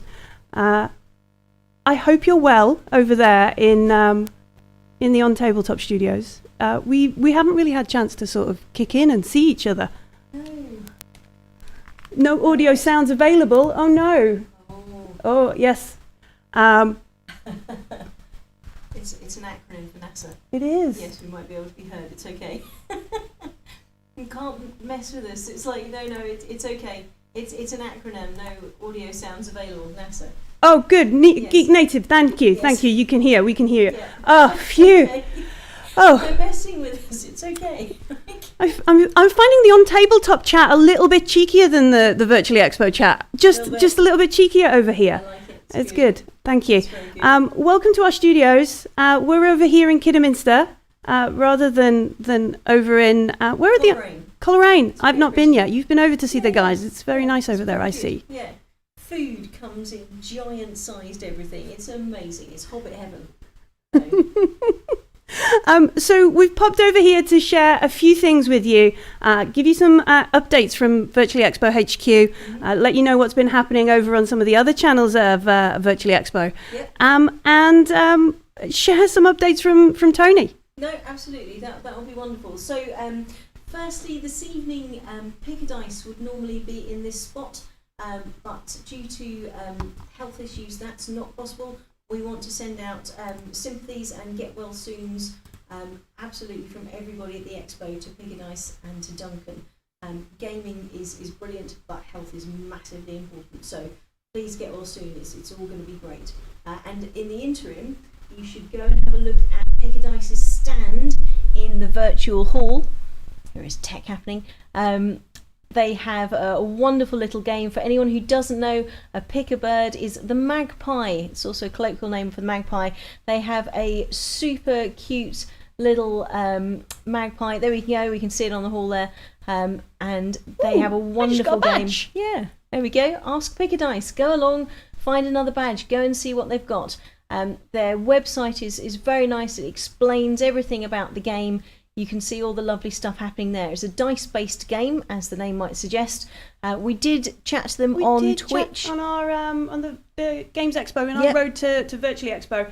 There is a beautiful story behind how they came to design this game. It's absolutely heartwarming. It was started as a Christmas idea, and then they moved on to making it for friends and family. Yeah. And then they suddenly ramped up the tech and did virtual digital playtesting. It was amazing, absolutely phenomenal. But yeah, check them out. Send your best wishes to Duncan and all the Pick a Dice team. Get well soon, folks. Yes, very, very good. Follow their website, have a look at their stuff. It's very, very, very worthwhile. So there are a million things happening this evening. It's not actually a million. That's a very much a marketing, what Tony would call a lie, and we don't lie at the expo. There are an awful lot of things happening this evening, Saturday night of Virtually Expo, and there's a whole ton of things. So a bunch of things kicked off at 6, so there's slots from 6, 7, 8, 9. It basically keeps going until our eyes bleed or someone turns the tech off on us. I'm not switching it off. No, I'm not switching anything Can't off. stop the signal. Can't stop the signal. So we're talking about there's lots of RPGs on the go right now. Yes. All evening. Normally folks would get to see Jude and the wonderful team at the Hilton. And Lloyd, who's actually not on Tabletop Lloyd, other Lloyd, who's actually running the Piazza stage for us, would run the games on demand. Yep. Obviously with a Virtually Expo, all the games are almost on demand. Yeah, absolutely. So you can just head over to the search, use the fancy filter function, and get yourself some RPGs. There's loads of stuff going on. I think I had one from the Rollisters, like the wonderful arts of inventorying. It was such an esoteric and weird name. It just really tickled me. No, that's very good. If you want to know about RPGs and things, there's all sorts of stuff where you can actually ask people about it. One of the things this evening, which kicked off at 6, was an Ask Me Anything. This is from Motocross Machinations, which I enjoy saying a lot. And I bought their role-playing game last year, actually, and it's wonderful. This kind of weird science fiction fantasy kind of thing going on, which you then translates into a whole bunch of stuff. But again, go and find out about RPGs, go and find out about gaming. This is the absolutely best place to do it.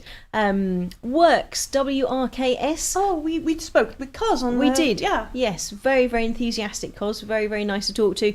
They are talking about Jordanheim this evening, and they have got playthroughs as well of Jordanheim. So if you want to see this brand new set of role-playing stuff, yeah, it was huge beautiful world. artwork, amazing Absolutely. looking stuff, and a really interesting spin on magic with that one. Yes. That was go and see the WRKS, also known as Works. Works. That's the thing. Very good. There's all sorts of things. If you are a little bit role played out, gamed out, are you sure? You can go and play. You can go and participate with the live shows. So we've got Marvel versus DC this evening. Right. Yes, it is terrific. So this is basically a stand-up argument where one person represents Marvel, the other person represents DC, and there's kind of this quiz as to who knows what's the best thing, argue your case, and then there's a judge's decision at the end. Yeah. It's also done Star Wars versus Star Trek before now. This is the next iteration, isn't it? I saw that. I actually got to see a little bit of that last night, which was really, really good. Well done to Chris and John for fighting their corner. It was absolutely amazing. But yes, I'm fairly certain that John has an eidetic memory because, just absolutely extraordinary all the stuff he did. I mean, I'm a pretty good nerd for both universes, but wow, hat off, lightsabers down. Well done. Gersin, I hope I'm pronouncing that right. He says Star Wars is the answer, but tonight it's Marvel versus DC. Yes. So Superman versus Batman, Wonder Woman versus Storm. That's the thing. All those and everything in between. Very much so. Deadpool was just on both sides of the... Deadpool has been on both sides of the thing, very much so, and tends to crash his own reviews as well, which I absolutely love, so that's amazing. He is not family friendly, so that's probably... So he's probably not in this show? No. Okay. So, it's good. We've also got a Choose Your Own Adventure this evening, which is Ian Livingston, who wrote the Choose Your Own Adventure and continues to write these, and there have been some releases of these of late. City of Thieves is the book that's going through, and so this was picked because it was Tony's favourite fighting fantasy book. Absolutely. That's why we're doing this one. Yep. And he's up against Darren's son's Darren. If you've never been to the Dark Room, this is an alternative world of chaos. Yes. We hosted this in Toot Suite last year. There was impromptu harmonica playing. There was Ian Livingston taking delight in shouting, "You die, you die" at John once he did die. The audience members were used to be the monsters. It's very wonderful level of nerdery shenanigans. It's the choose your own adventure. A lot of people got into gaming, and especially role playing, because of a choose your own adventure. It's like, you want to do this, you turn to page 68. You want to do that, you turn to page 142, and it's brilliant. And at some point you will die horribly, and sometimes you'll succeed, and sometimes you'll succeed, but not as well as you could. So you've got to go back and do it again. Mm-hmm. Yeah, except in this one, you're not allowed to put your fingers in the pages. No. So just go back. You could tell the kids at school who are reading it, because they're like got this whole, I know where I am, I can just go back a couple of... It's before you had a saved game option. Yes, it's the original. That's it. Yeah. Bookmarks, people, very, very important. What else have we got this evening, Kate? What else? So, Mistwall Studios are having a chat. These are a very lovely set of folks. They've got an extremely interesting platform where they have a board, which is essentially, it looks like an extremely clever visual computer, and then you can put your pieces on, and it shows you a top-down view of what you're going on. So if you're on a ship and on a galleon sailing through the seas, you're on a ship and the galleon is sailing, and then you can change the background, so then it becomes like you're on the River Styx and there's a whole bunch of ghosts and stuff. It's really, really cool. That sounds awesome. That's Mistwall Studios. Mistwall Studios, Okay. yeah, lovely Spanish company. We've been chatting to them as well. We've also got Formal Ferrets have weird stories going on. There's an awful lot of things to be able to have a look at. But go up to the events, which is on our front page and the menu at the top. And once you have a look at that, it will tell you everything that's going on. If you're not sure what you want to see, just click Saturday, click where we are for the time. It will bring up a whole bunch of stuff as to what's going on right now, and you can just find out more, go in there and participate. Yeah, it's look, really, really good. Yeah. There's so many going on. Like, Yes. we filtered this down. There's 123 different things going on. So maybe we should have a go, because we were talking about some live shows. Yep. Let's filter that down, see what we can take this evening. There we go. City of Thieves, reading with Ian Livingstone, that which you just mentioned there. Yep, fantastic. Marvel versus DC. Yep. The famous Dark Room Till You Die. Yes. Many a tired heads have arrived on Sunday mornings because of this. Yes. The Nightmare Live, we had a raid from them earlier. That was chaos. We did. Yeah, it was wonderful. Brilliant. Thank you again, guys. But that's if you remember, that's where you wear the helmet and you're directed through the dungeon. Yes, this is where you find out if your friends like you or not. You know. And then we were talking about the RPGs, so it's just as easy to filter down here and check. Where are we? Some RPGs starting this evening. That's very good. I mean, there's only 35 things to do just this evening after 6. That's, just 1 or 2. No, absolutely. So if you're not sure what you're doing on your Saturday night, come in here, have a look, play some games, find out about some games. If you haven't done stuff before, then go in, have a look. Pretty much every game is designed to be accessible for beginners. So people might come in and they've got like 40 years worth of role-playing behind them or more, that's the thing. Or you might have picked it up yesterday, or you might have seen Stranger Things and thought, what on earth is this about? So wherever you're at, come along, have a look at the RPGs. It's very, very interesting. Yeah, I think John and the team have done a lot to make sure everybody can get in and try some of the RPGs, and it's a really perfect year to do it, because you don't have to look around or try and remember to bring books with you, because you're at home and you've got them ready. Absolutely. The GMs have got really good ways of sharing things with you online. You can try all this stuff out. If you love it, there's time next week to carry on and get going with it. Very much so. You can buy a lot of the games on PDF as well at the moment. You can get the hard copy, and then you have a PDF too, so you can run it on your laptop or your pad or wherever you're having to do it, and it's a really, really nice way of joining in with the game. So, very, very good. We have got some thanks from our ambassadors who are in this building and also around the country. The UK, the world even. Yes. Yeah, very much so.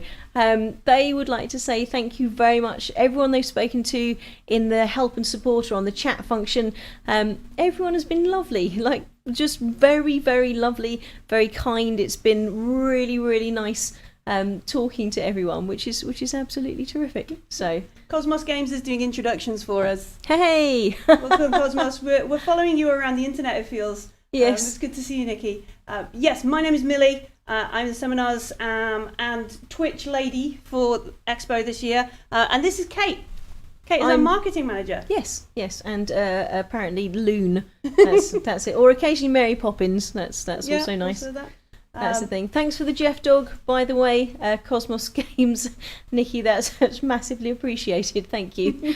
If you don't know what we're talking about with the Jeff Dogs, let's take a quick look over at the UK Games Expo website, because you can find them really easily, and then head over to the Discord and share them with everyone. So we're talking about these Jeff Dogs up here in the shop.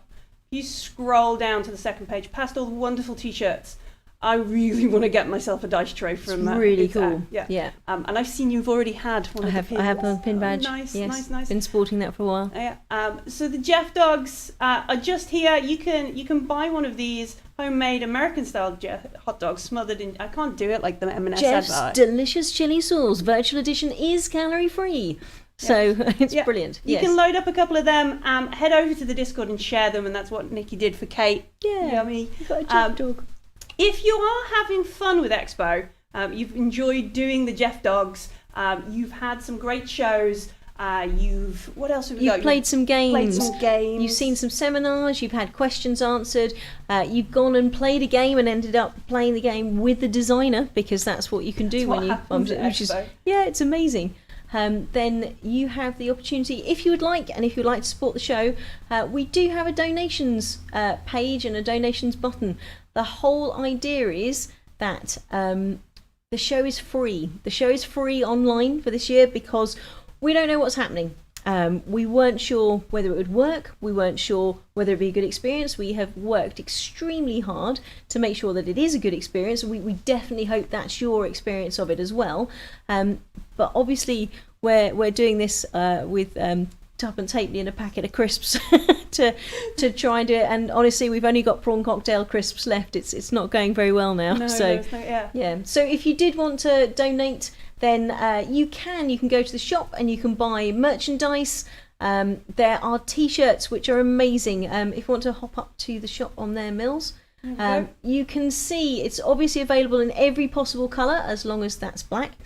And you can see the Expo Dragon on there, which has been painted as an oil painting, I understand, or acrylics, by the very talented Ralph Horsley.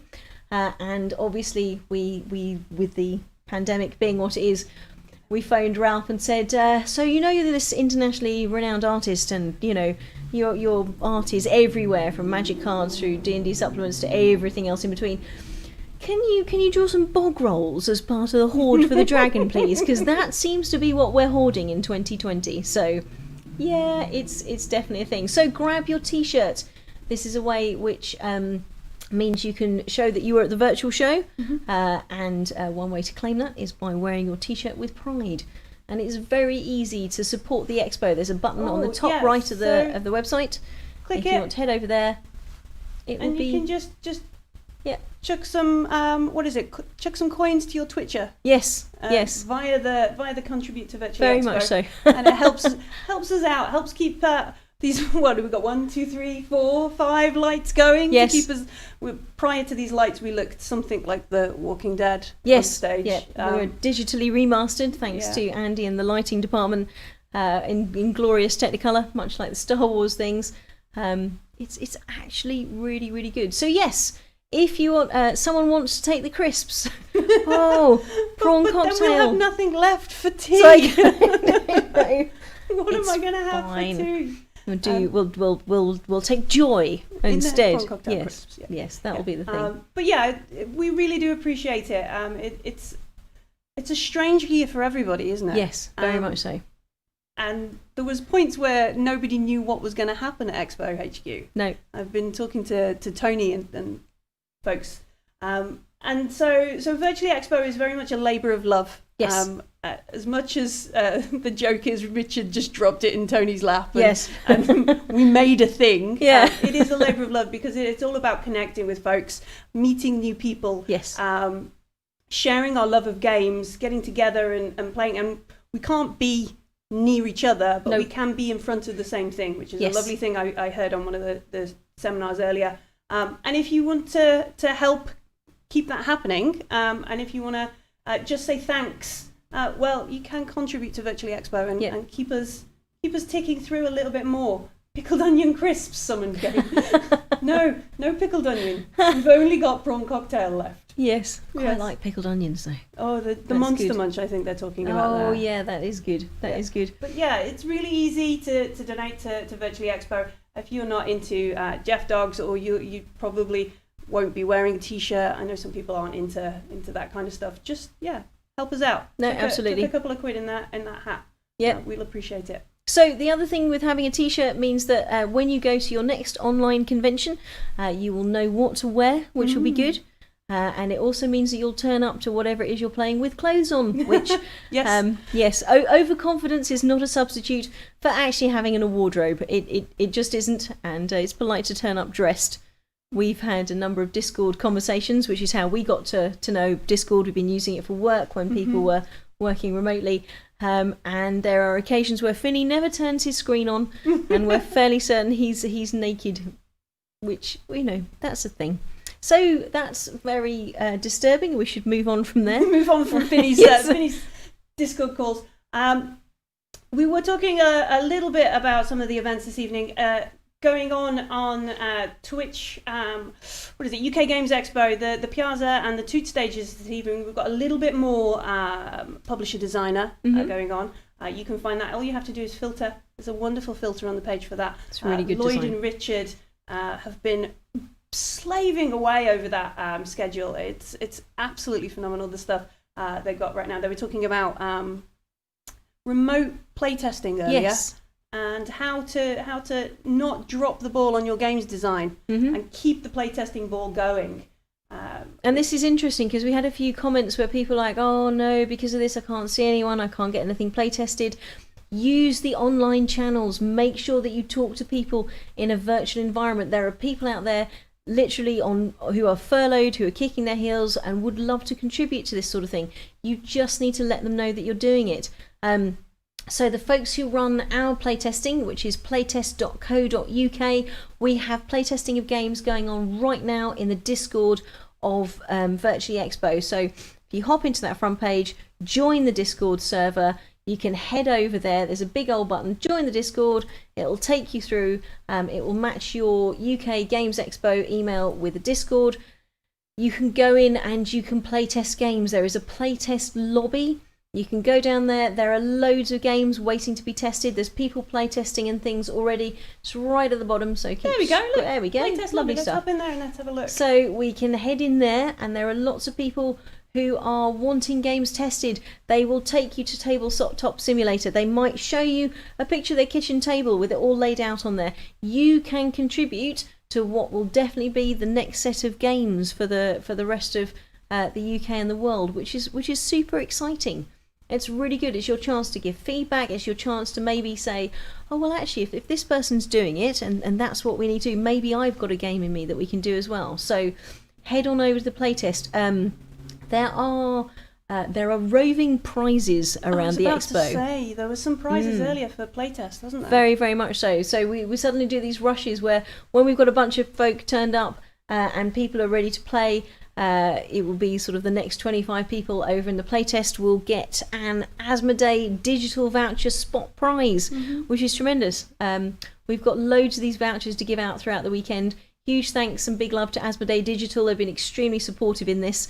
It's wonderful to have these as prizes for tournaments and as spot prizes and rewards for people. If someone's doing nice stuff, if someone's participating in a positive fashion, our guys are waiting there to drop an email on you to say, here's your code, go and play something online. It's We really, had some really cool. winners who had voted in the awards earlier. Yes, yeah, we absolutely did. Take part in the awards, which end tomorrow at 1, the People's Choice. Yes, tomorrow at 1 o'clock. The People's Choice Award, the UK Games Expo, has had awards for 14 years now, and whilst the judges will have their judges award and they will end up with 3 shortlisted games in each category that you can vote on, this is then your chance to actually vote and say what you think is best. Now we can see behind the scenes what the running of the awards are, but we're not going to tell you. Award voting. I don't know. No, I know you don't. I've got it on here. Suddenly we're realising that it might be off my screen. No. Can't see my screen. That's No. good. We know how things are doing. It's really interesting. There's some places where it's just so close. So your vote will count. It will absolutely count. You need to go in there. You need to sign in to your UK Games Expo account, and then you go to What's On, scroll down to the What's On in the menu, and what you will see is award shortlist. Award shortlist. Hop into there and then cast your vote. It's very, very good. It's really good. We were talking earlier about when All Rolled Up won their prize last year. Yes. It was absolutely beautiful to see them how emotional they were about winning the People's Choice Award, because it really does mean much more than you think. Yes. To the folks. And Summon Games DM, you've missed a lot of badges. You get a badge for voting in the awards. You get the Democrat badge. Absolutely. For taking part in that. And if you're not sure about some of the games, go visit the stands, because a lot of these folks, you might get a badge for turning up at some of the stands. Absolutely. And a chance to playtest the game. So there'll be people who are doing demos of this throughout the weekend. A lot of these games have been put onto Tabletopia, and the whole deal with Tabletopia is this wonderful virtual thing, big tactile looking board. You've got a little grabby hand that you can actually pick stuff up and move things around. In Millie's case, you can throw it at the other player. I'm not a good Tabletopia game player. I'm sorry. Badly behaved. You can flip the table. Most people have disabled that as an option, but we did see this earlier. Richard Denning was on his Medusa stand, and he was, pardon my French, getting his arse handed to him by a guy who was beating him at the game that he made. Nice. And I suggested that perhaps he should say, "It's my game, you need to let me win," and he said he'd just, get the flip table function redone so he could just flip it up. Don't do that, folks. It's fine. You can always talk this through, walk away from the table, have a drink of water, realise that, yes, it's a very tense game, but it is a game, and the whole idea is that life is better playing together. Yes. Which is good. Yes. You get a badge for going over to Tabletopia as well, Summon Games DM? Absolutely. There's badges everywhere. I'm interested to see, because we've been chatting about it on the UK Games Expo channel, about the hidden badge, the Easter egg. Yes. Robinette's Easter egg. I wonder if anybody over here, have you managed to find it? I still haven't. Kate has. Yes. A couple of folks in the chat earlier had found it, but weren't giving out any more spoilers. No, that's fine. Tess found it. Tess has found it. Excellent. Tess, our admin, who does everything. Everything. Yep, she found it, which is terrific. So yeah, it's really good.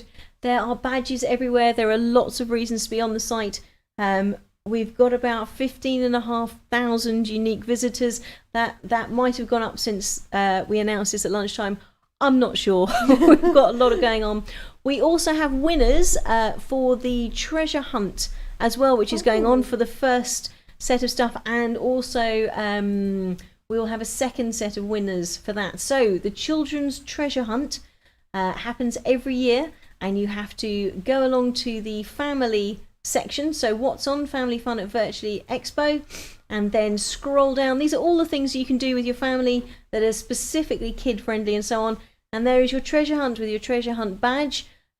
Take your kiddies along, visit the different people in the halls, and you've got them there from Coil Spring Games, who are giving away our main prize, and very, very much thank you to them for that. And then have a look at all of these things. There will be a beautiful piece of artwork on the stand, and somewhere hidden in that artwork, done by She Black Dragon, there will be a piece of artwork and a letter within that artwork. And some of these are quite easy, and some of these are fiendishly difficult, which is quite interesting. So once you've got your code, you can head into have the gin. There you go, darling. Once you have your code, you can head back into the treasure hunt site. You put in your code, it will tell you if you've won a thing. You'll be automatically entered into a draw. The first and main prize of the draw is a massive set of stuff from Coil Spring Games, and we are also having spot prizes for this with Asmodee digital vouchers. So if you haven't looked at it yet, if your kids are nagging you that they're bored, you can go and do this. We will have a winner every single day. We are beginning to let those winners know what's going on and whether they've won. and I will be chatting to Coiled Spring after this to let them know who the winners are, so that they can congratulate them as well. So it's good. So it's treasure hunt. It's very, very cool. I'm back. I've finished dying. It's all right. Don't die. No. Try not to. That's good. So I don't know how this works. Yes, Cosmos, I'm all right. It's okay. Just a bit of a Yeah. but Yeah. I'm fine. It's fine. good. It's been a long day. It's been a good weekend. It's been a great weekend. There's so much. Can Kate be my counsellor? Oh my goodness, that sounds like an extraordinary responsibility. I'm afraid the most I can probably do is read somebody the pudding menu. Got that a lot in America. Nice. But nice. yes. Oh dear. Yes, Cosmos Games. I have heard that does cure a lot of things. I understand there's some ready for the awards on Sunday. Is there any clues? Any clues to the treasure hunt? I think Kevin McFinn. Kevin McFinn. Yep. Is after some clues for the Easter egg. The Easter egg clue is fiendish. We might have to be a bit more lenient tomorrow. We have an awful lot of information on our website, all sorts of things that we're telling you about, how to do things, where to go, what to do. There's some stuff on there that perhaps you don't need to know about, or do you? And that's it. I can't tell anything. That's the spiel. Yeah, Tony will That's it. come barreling down the corridor, windmilling in, using his keys. I can't tell you any more than that. But go and have a look at things, click things. It's going to be good. Explore the site. Explore everything. Yeah, Yes, check very everything much so. out. So after this, we're going to disappear. We're going to hand you back to the OTT lads. They're going to reclaim their stream. Yes. I hope they've had a lovely cup of tea. Yes, And some cake. because bless them, they've been on forever. They've been And we realised that there was a gap here, and we phoned them in the kind of like are you lads all right? And they are. There's such amazing energy still, which is wonderful. You know.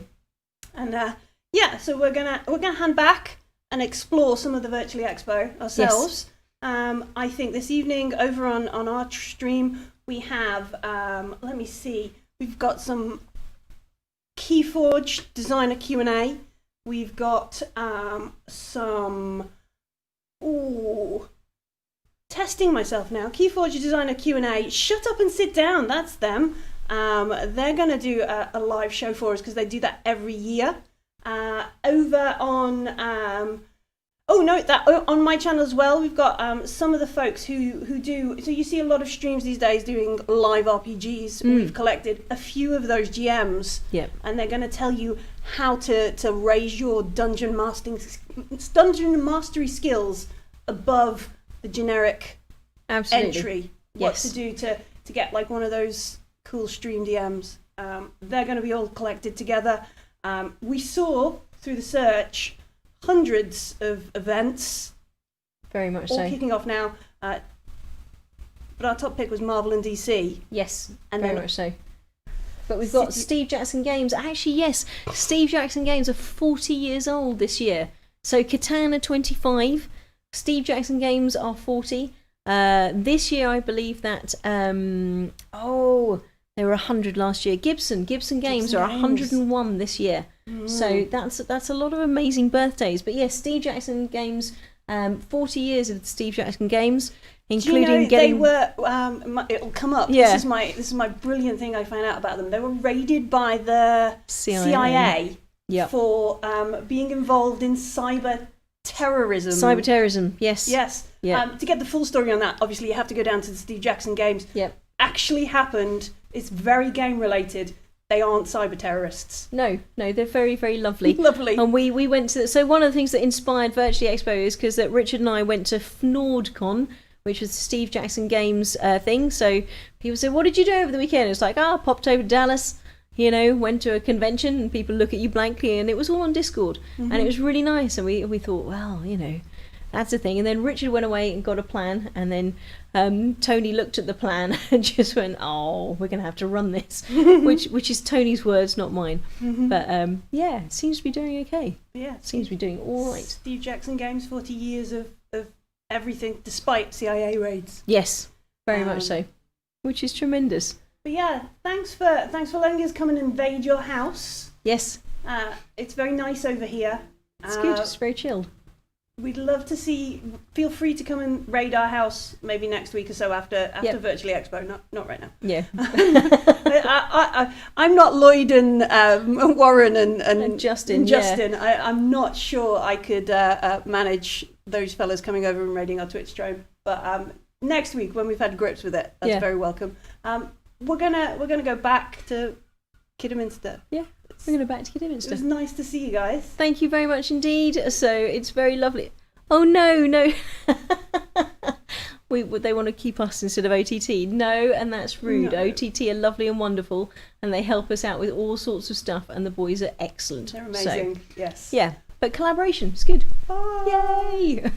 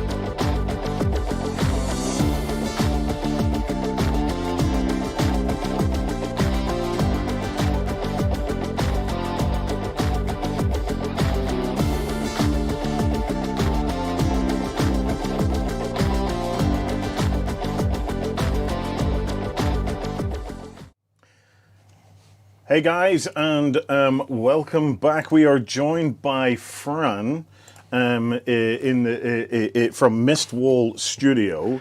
Hey Fran, welcome to the show. Hello everyone. Thanks for being there. So Fran, our viewers have been rebelling on us. The two lovely ladies from UK Games Expo have been on the channel giving them we have been raided. A guided tour of what was going on. And when they were leaving, would you believe it? They said, no, please stay. No. I think we don't want the community those said on tabletop please guys. stay. Although we do have an open invitation to come and invade their house next time they're doing something like this. I think we'll have to. And, and Dark Realm Maps, I'm keeping an eye on you. You know, it's we worked hard to be here and talk to all these lovely people. Okay, Fran. Okay. So, Fran, welcome to the show. Thank you very much. It's great to be here. What can you tell us about Mistwall Studio? Well, we are a new publishing company. We are producing. We like to produce tabletop games. We're settled in Alicante, in the coast, beautiful coast, Mediterranean coast of Spain, which I hope you can visit one day. Oh yes, if you don't know that sounds nice. Which is lovely. I should be on the beach, but I'm not. I'm working all the time for Mistwall. So to try to get the best product we can, and we want to bring something new to the stage, and because we're gamers and we know what's going on, we know what we like. People like to see new things, and that's basically the main idea. And I would also like to thank all of you guys, because I don't know if you were talking. The two ladies you were talking about was Kate and Tessa, maybe, I don't know. Kate and Millie. Yeah, Kate and Millie. Oh, Millie too, and also Tessa. They've been so helpful with us. They've been so comprehensive, like Patience and Richard Denning. Like, he's been the director. He's also answering. I can imagine like hundreds or thousands of emails every day, and it's like, and also you guys, like so much work you're doing to keep things going on. Let's not forget that we can still meet and talk, and online fairs, they're great. We will schedule actually to go to UK Games Expo this year, but unfortunately, like everyone else, we couldn't make it, and it was a real pity. But I hope soon we can talk in person, right? Yes, of course. I'm looking forward to that, Fran. I really am. Well, I mean, like, I'm so gonna really thank you very much for all you're doing. Well, Fran, I've been having a little bit of a sneaky peek at some of the content that you've passed on through to us, and you guys, if I had seen this sitting at Expo this year, I would have been over like a shot, because you guys have me really, really intrigued with what you've created. Do you maybe want to give everybody a little bit of rundown on what it is you guys have made now? Okay, thank you. So do you want to play video one? Okay, yes, sorry. we have videos. I think yes, we want to play that. if you like, I'm happy to play video one. Yeah. Video one, and let's see. Okay, folks. And then we can comment about it. Okay. Yeah. Okay, so we will be back in a few seconds. Covenant. is the first game created exclusively for the Diebold game system, in which our heroes must create a definitive pact and confront the threat of the second apocalypse. During their mission, they will discover the vast and dark world that is Endarth, its races, the history of its millennial kingdoms. Endarth Covenant is the first game created exclusively for the Diebold game system, in which our heroes must create a definitive pact and confront the threat of the second apocalypse. During their mission, they will discover the vast and dark world that is Endarth, its races, the history of its millennial kingdoms. Endarth Covenant is the first game created exclusively for the Diebold game system. Justin? Okay, and we are back. And yes, I am Justin, and you are joined by Warren as well. Okay. Right, this so was a short one, right? If you want to bring Fran back up there. Because you are screen sharing, I don't believe I can. Oh. So you have basically hijacked his camera, I've hijacked but his audio will still come through. That's okay. No, okay. I'll I can stop hear the you share for the moment. I'll refire it up, Fran, in a second. Am I back? So yes, you're back. So what is Endarth and the world of Endarth? What can you tell us about this? Okay, what we wanted to achieve with Endarth was to enhance the dungeon crawling experience. We're gamers. Yeah. We like to play, and we used to play dungeon crawling apart from other like more different Ameritrash or any style, Euro, you know, all the different kind of games. And we thought, how we like this, but there are a lot of things with technology that you can do now, and how could we make this better, right? And so that's what our intention was. Endarth is the world where the Endarth Covenant plays. So you play on that world. It's called Endarth, and it's got different breeds. It's a typical fantasy style, you know, high fantasy with elves and dwarves and all these kind of breeds. But it's got a lot of story to it. Juanma, our main screenwriter, is also a partner in Visual. He's a hard worker too. He has created a whole world which is very like kind of Tolkien or, you know, Game of Thrones, all that style. As you can see there on the map, we're just sharing here. There are a lot of kingdoms, and like, for example, one of our heroes, Celine, she comes from the Maleven Forest on the left side of the screen there. And those areas are like more elvish, but they also market and do commerce with other areas in the map. Also in the center of the screen, there is a swamp. There is supposed to be, it's got a story to it too. And all this story, all these kingdoms, as long as you play the game, all the story will unfold and will intertwine, and there's a lot of story to it. Like you had to discover it, you know. And all of these things, we could only do it through our system, our special system that we will see about in moment two, right? So as you can see, for example, there is an island, big island, Tirka here on the left. Like the barbarian hero comes from there, and they have their own tribes, and there's actually a lot of story. I cannot tell you all of it now, but it's a lot of background for the players to discover as long as well as they play the game. Now, to get into some of the technology, so Warren, if you could play video 2 for me now, we can start to see the new technology the guys are bringing into this. Okay, so let me jump to your OBS. So video 2. Yeah. There Let's we go for it. And this will begin showing us. Careful with the fire. Yes, you can see. Well, this is a digital recreation, right? And in a moment you will be able to see the real one, because we wanted to show that we could really do it, not just show a digital, you know, recreation of it. Like people can say, okay, but this is going to be real or not. So as you can see all the components, some of the components, and That's intriguing. It's reading the cards when you touch it at the edge. Yeah, it reads the cards and everything. It's a huge screen. I'm not sure that the video captures they really show how big it is. It's a 32-inch screen, so it's huge. When you play it, it's huge, and it's tempered glass, so you can roll dice on it, no problem. It's got internal speakers. It runs on Android, and as you're also having a look at all the miniatures and art. I'm just about to go back to the footage of the screen so as we can get another look at it. So do you guys produce the screen? Is this your product, the screen, or how does all this piece together? Right. The thing is how this started. As I told you, we were gamers and we thought we want to do the game of our dreams, right? Yeah.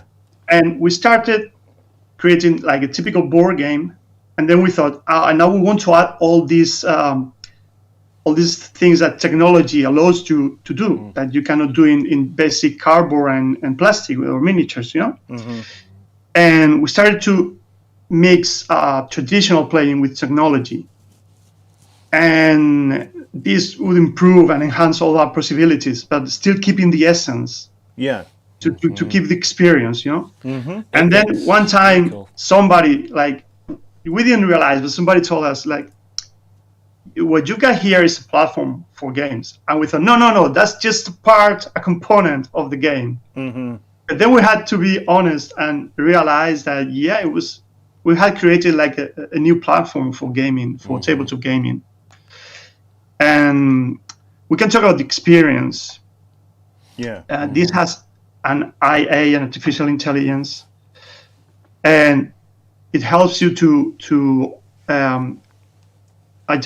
make more agile the setup. You also can save your gameplay, so you need to, you know, when now in gaming, the companies tend to say, oh, you can save. Well, saving, you know, it's usually like taking notes of all the cards and putting the cards here or there. Photographs. This really can save. You can save. And it also saves you a lot of bookkeeping. Like Ender Covenant couldn't have it on all the algorithms and statistics it has, the game on it. We couldn't do it in with just cards and charts, you know. So all the bookkeeping it does for you, it's just amazing. Yeah. Honestly, it's incredible. So we have been talking for a number of years now about the how gaming and technology are going to merge. And one of the issues that we have found today is that all the gaming has been moved to the likes of an iPad or something. And what's happening is it actually is taking your attention away from where the gaming should be taking place, which is right in front of you on the table. So this is what I have been waiting for, not only from the perspective of you just playing on a screen. Heck, we could turn over a TV and do that. But this is must be using technologies like RFID, etc., to be able to read what is actually taking place. So it knows where the miniatures are. It knows the cards that you're playing. Yeah, and it's keeping all that housekeeping internally without taking you away. I mean, like sometimes we've seen games where basically the machine does too much of the work. It hides stuff. Yes. Okay. Yeah. It was a hard job trying to keep the balance. We didn't want a video game. And actually, we've noticed that our job has been properly done because when people are playing it, they understand the screen as a board. Yes. So actually, it's a board. We call it dynamic Daibo because it's a dynamic board, and it really works like that. And I mean, it will depend on the designer of the game to give the system and automatize as many mechanics as you want. For example, like, I don't know, you're playing like Carcassonne, you don't want to take all the mechanics out of it because it's part of the fun of the game. But in games like Dungeon Crawler, you actually can keep adding layers and layers of little figures here and there. Yeah. And the system is going to do all of that for you, but you're still going to keep the atmosphere, that the feeling that you're doing strategies, that you're collaborating with the chaps, to all of it. So the idea was that we could keep this like wow effect, make it spectacular, but still keep the essence of really playing board games. We're board gamers. We don't want to. Yeah. We don't. If I want to play a video game, I go somewhere else. But the beauty of a platform like this is what technology unlocks for us is a number of things. Firstly, the vast amount of record keeping that technology can do on your behalf. So it unlocks campaign style elements and legacy style elements that really you can only scratch the surface of in the traditional gaming. You basically could start a character that to steal something from Fable. You could have a character that plants a seed, and later in the campaign comes back and it's a tree. Because a machine can manage that. A machine can keep all that together. There's also the aspect of being able to add new adventures and new missions to games. Because in a traditional board game, if I want a new set of missions, a new adventure, I have to go out and buy a new box. Yes. With this, I can play with all my core components. The map's going to change. It's going to tell me different stats for enemies and things, and it's going to track all of that internal data that an adventure needs. And the other interesting thing a platform like this does, Fran, is the stuff that we haven't thought of yet. Platforms like this unlock disruption within an industry, and this is where the innovation and stuff of other game developers and game developers like yourself come in, and it's when you discover the stuff that we just haven't thought of. This is an incredible piece of innovation. I know a lot of people will be blown away by the fact that trees move and that flames go, and that's all beautiful. It is beautiful, and it's very, very immersive. But really, mechanical innovation is what we're after with some this. of the this kind of platform, which keeps us there. It is tabletop gaming, but it's very exciting. Do you guys like to play music when you're role playing or when you're playing a board game? Do you like to play music? Yes, I do. I do like that. Yes. You should see the effect that this platform has on people when there's a moment on the demo mission that we always show. There's a moment in which you just confront some enemies, right? Some bandits. Yeah. Up until that moment, you're listening to one of the Daniel Herrera, our compositor. One of the songs which is like very, for the town, very calm. But suddenly, when they appear, the music goes to like more action, no? Like tan, tan, tan, tan. That's automatically. You don't have to think about it. That's got an effect on people, like the atmosphere. Apart that you say all the spectacular visions that you get on the screen. And the good thing is that people don't think of it as a video game. Yes. They because let's be honest, if I show you this on a video game, you've seen it before. Yeah. But then why do people get shocked when they see it on the game? Because they're not expecting it.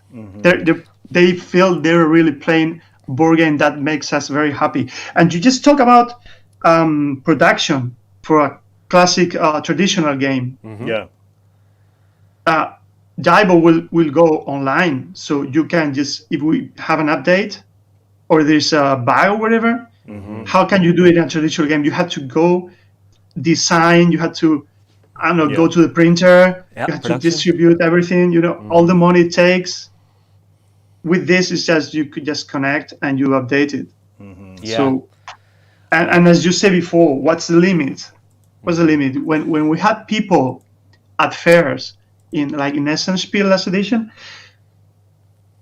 as soon as they played, because we'll talk about it later, but they gave us a lot of feedback, and their imagination went wild, like children. They were like, you could do this. Even just this is making me go nuts. If you're able to cut to this, I actually have footage of players testing this out, so we can actually see folks engaging with this. See, I imagine this giving you such opportunity for cinematic moments. You're exploring the dungeon, you go that one tile too far, and all of a sudden, shoom, you've just hit an arrow trap. Yeah. And That's it, yeah. So, where are... I'm struggling to find the questions because my mind is bubbling here. So I love it when this happens. Is this... can companies reach out to you now to talk about licensing this technology from you guys, or do you have a game that you're bringing through this? What is the situation there? Yeah, we're actually talking with companies and other publishers for board games, and thing is we cannot still say nothing because yes. We're in the middle of it, but there's an interest in this. There was a moment in board gaming when people is looking for new things that maybe make it easier, because we're growing. I don't know if we're growing older. Well, we are, but we're running out of time, and we want things. Our attention is shorter. Yes, yes. We want things make easier, like. And that together with, for example, if you're a father and you want to bring your children into board gaming, it's I think it's harder than it used to be. Because now they have all the screens and tablets and devices they can look at. And it's not so appealing for them. Yeah. No, I saw one of the funniest things. Someone actually gave their little nephew like an original Game Boy. And the little nephew was just tapping at the screen, not getting the idea there were buttons on it. I have a 3-year-old. Well, I have a 9-year-old, a 7-year-old, a 5-year-old, and a 3-year-old.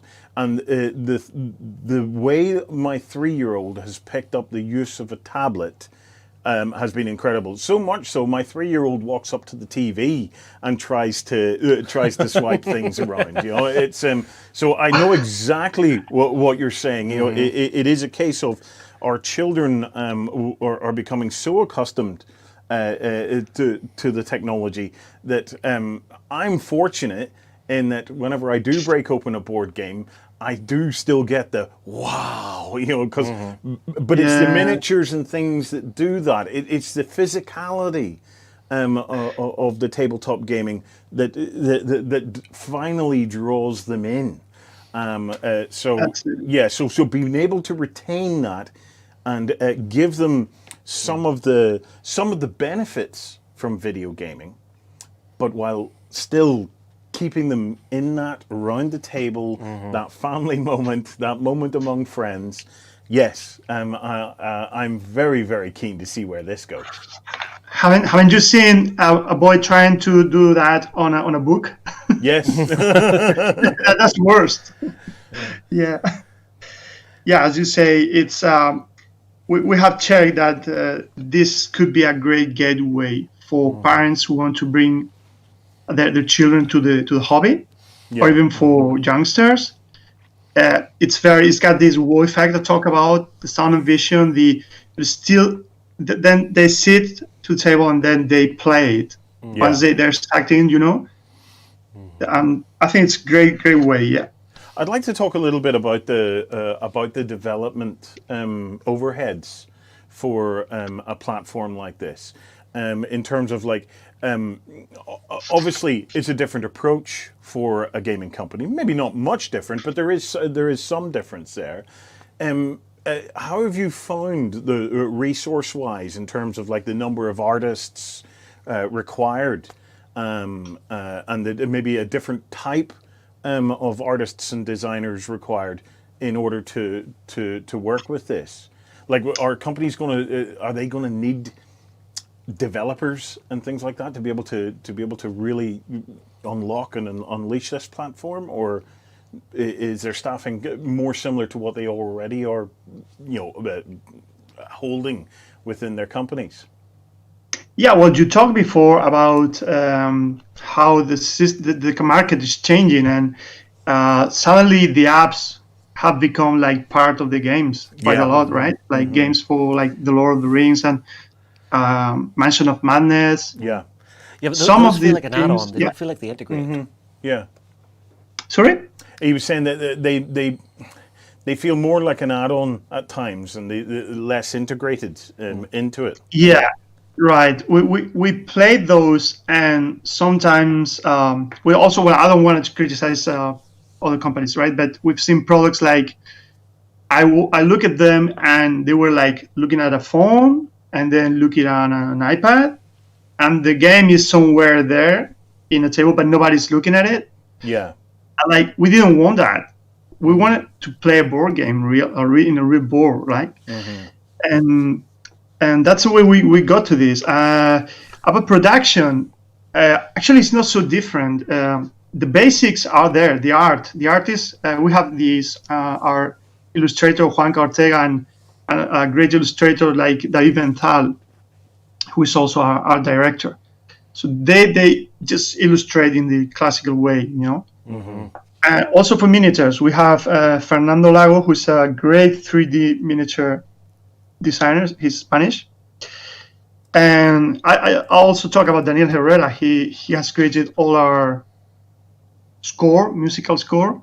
Yeah. You can also get that in a board game, like maybe through an app. You can have it played or just release it for free.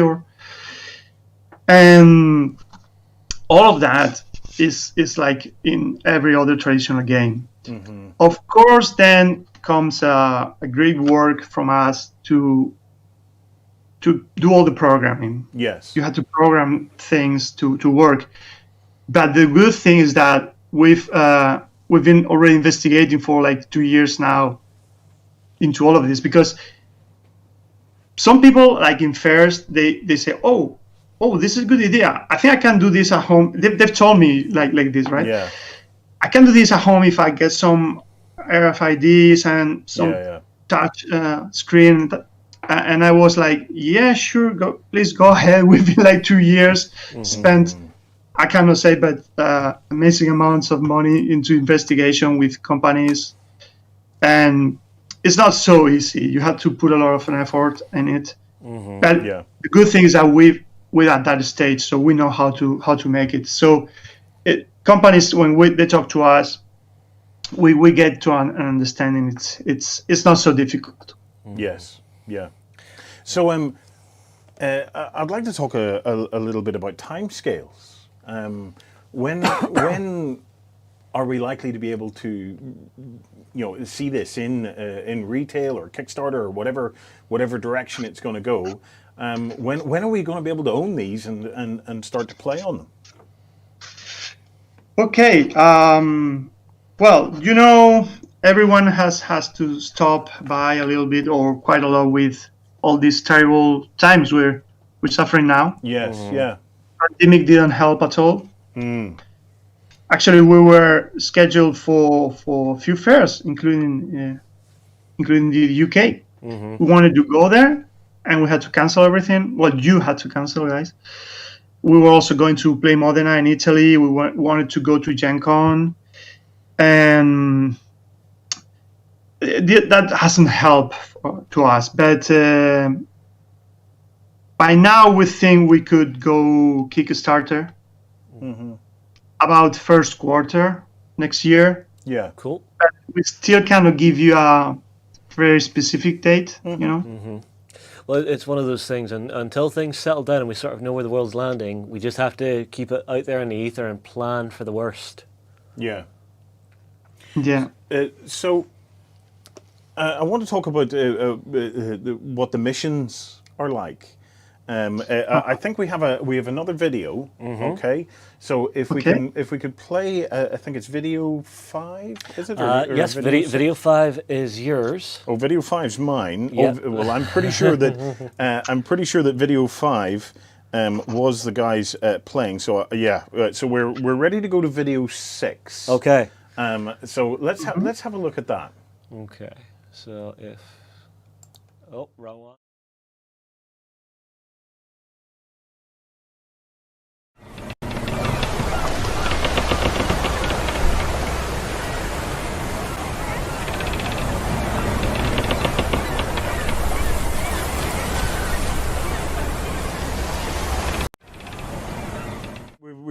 we've just watched the one with day-night the port cycle. Yeah, so the port has had a kind of like a day-night cycle.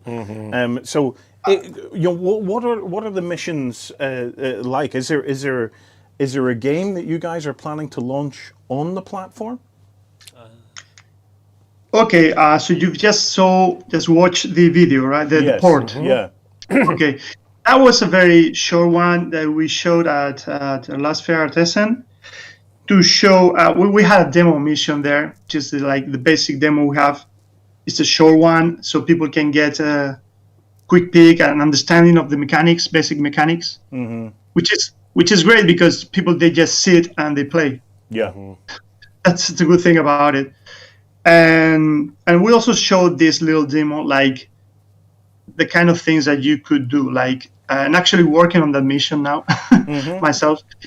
And the story is like you can have this port, you can have something happening there, and then you can do this light effect and go into the afternoon, let's say. Yeah.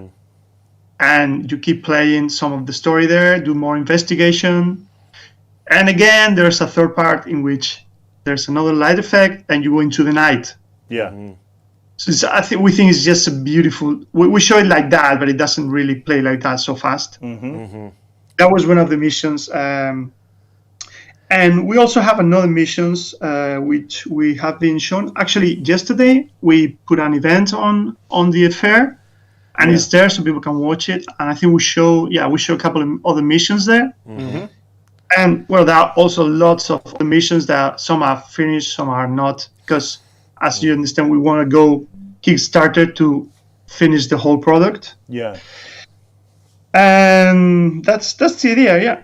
The thing is, all the missions, as you said before, with all the artificial intelligence you've got, you can have a lot of bookkeeping and a lot of information mixing, together. Yeah. Things that you cannot get in a typical board game. Do you think it's going to cost a lot? Do you think it's going to be an expensive purchase for a gamer? Okay, this is a typical question, which is so hard to answer right now. Yeah. We really cannot say final figure, final price yet. Yes. Asking on our social media and things, but with until the last minute, you have to adjust everything. We're trying to give the best price we can. Yeah. And obviously, this is not just cardboard and plastic. Correct. This is a technological device on it. And as there are so many things that you can do with it, some other things, like even apart from playing board games, which is perfectly designed for that, there are other things that you can do. You can use it just as a simple tablet. Yeah. That is 32 inches, so you can watch TV. You can go to Play Store and put as many apps as you want. Yeah. It's got I think it's almost already it's already 20, but it could be like 30 touch points. So there are many uses you can give to it. Yeah. And the Covenant is more focused on, let's say, adult players. You can be more crunchier, Yeah. take the most out of the game. But you can imagine you have a kindergarten and you put the tablet on it and you have 20 kids trying to, catch a chicken or whatever. Yes. There's a lot of things we can do with it. You can use Bluetooth devices on it and you can play Fortnite on it. Just imagine, I don't know. Yeah. You see, I imagine this more as a gaming platform that you're picking up than a single individual game. Correct. Yes. So I don't mind the fact that it's going to probably cost a fair bit more than your average cardboard game. Yeah. Well, it's going to cost probably a fair bit more than your average HD TV, because of all of the added technology and stuff that's in it. But as an investment, I think I would rather have spend the money on one of these than on an HD TV, because my children are going to learn they're going to learn things that I would really like them to learn from this, rather than just sitting in front of a TV all day. Yeah, you're going to be able to play board games with them, probably. Yeah. Bear in mind. Oh, sorry, I lost my mind. Yeah, Pete, please go ahead. I lost it. Oh, well, that's okay. So, in terms then of the plan, obviously COVID has thrown a curveball to all of us at the moment. So, if people want to keep in touch with you guys about this, is it a case of sending them to your website? So, if you guys want to, let me see if I could just link to that. So, if we bring that up, if you go to mistwall.com, we can find out more about the company and the game itself, Endarth Covenant. So there's two aspects to this. There is the Daibo system itself, where if any other game developers are watching this, you may be wanting to consider reaching out to these guys from the perspective of just understanding what the potential of this platform unlocks for you. And then for us gamers, we have Endarth Covenant, which is their kind of first-party game in-house that they're working on. And we can find out more at endarth.com. So, right. Yeah. Oh, yeah. I remember now what I was going to say, because you talk about the game. Bear in mind that the price is going to include the full game, the full Endarth Covenant game. Yes. And that's, you know how these games come. They are very charged with miniatures. Yeah. We have more than 25 different models.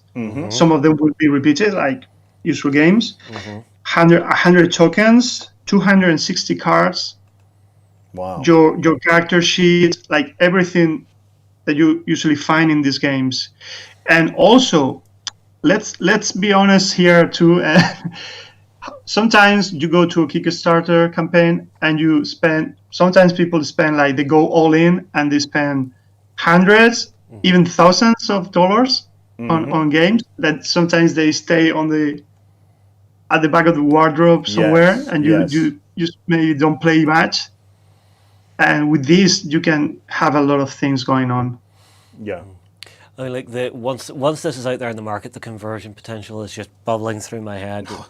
You know, it's an incredible device. The number of games that would just fit so well on this, on top of the one that the guys are designing. Because I mean, like that. Can you name one? Take a risk. If I had to pick a game that I wanted to see on the Daibo system, Reichbusters. Reichbusters would be amazing on it. Because you could program in all your noise cards, all your door levels, all your different maps. You could add new campaigns every couple or 3 months. Bingo. Descent, hell yes. Agree, yes. Totally agree. Yeah, Descent would work beautifully on the likes of this. Yeah. It's Mantic's The Walking Dead. The Walking Dead could work really well. We could probably sit here all night listing titles. Trust me, we spend every week learning a new game and playing that game. Pretty much nearly every new game that has came out for the last few years has probably came through our hands. No, it's look, guys, please go and, if you're interested, check out mistwall.com. We'll be keeping in touch with Fran and the team to try and find out as much as we can and keep you updated on stuff that's happening. Fran, look, thank you so much for joining us this evening. It has been wonderful to talk to you about this. I'm blown away by what you guys are developing. I cannot wait to see where you go with it. Yeah, and for the rest of the expo weekend, make sure and stop off at the Mistwall stand in the exhibition hall to see how to connect with the guys. Yes, absolutely. Great.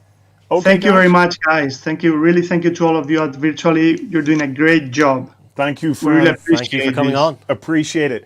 Okay, guys, we're going to go to a quick break. And next up, I think we have Phase Shift Games. We'll be back with you very shortly.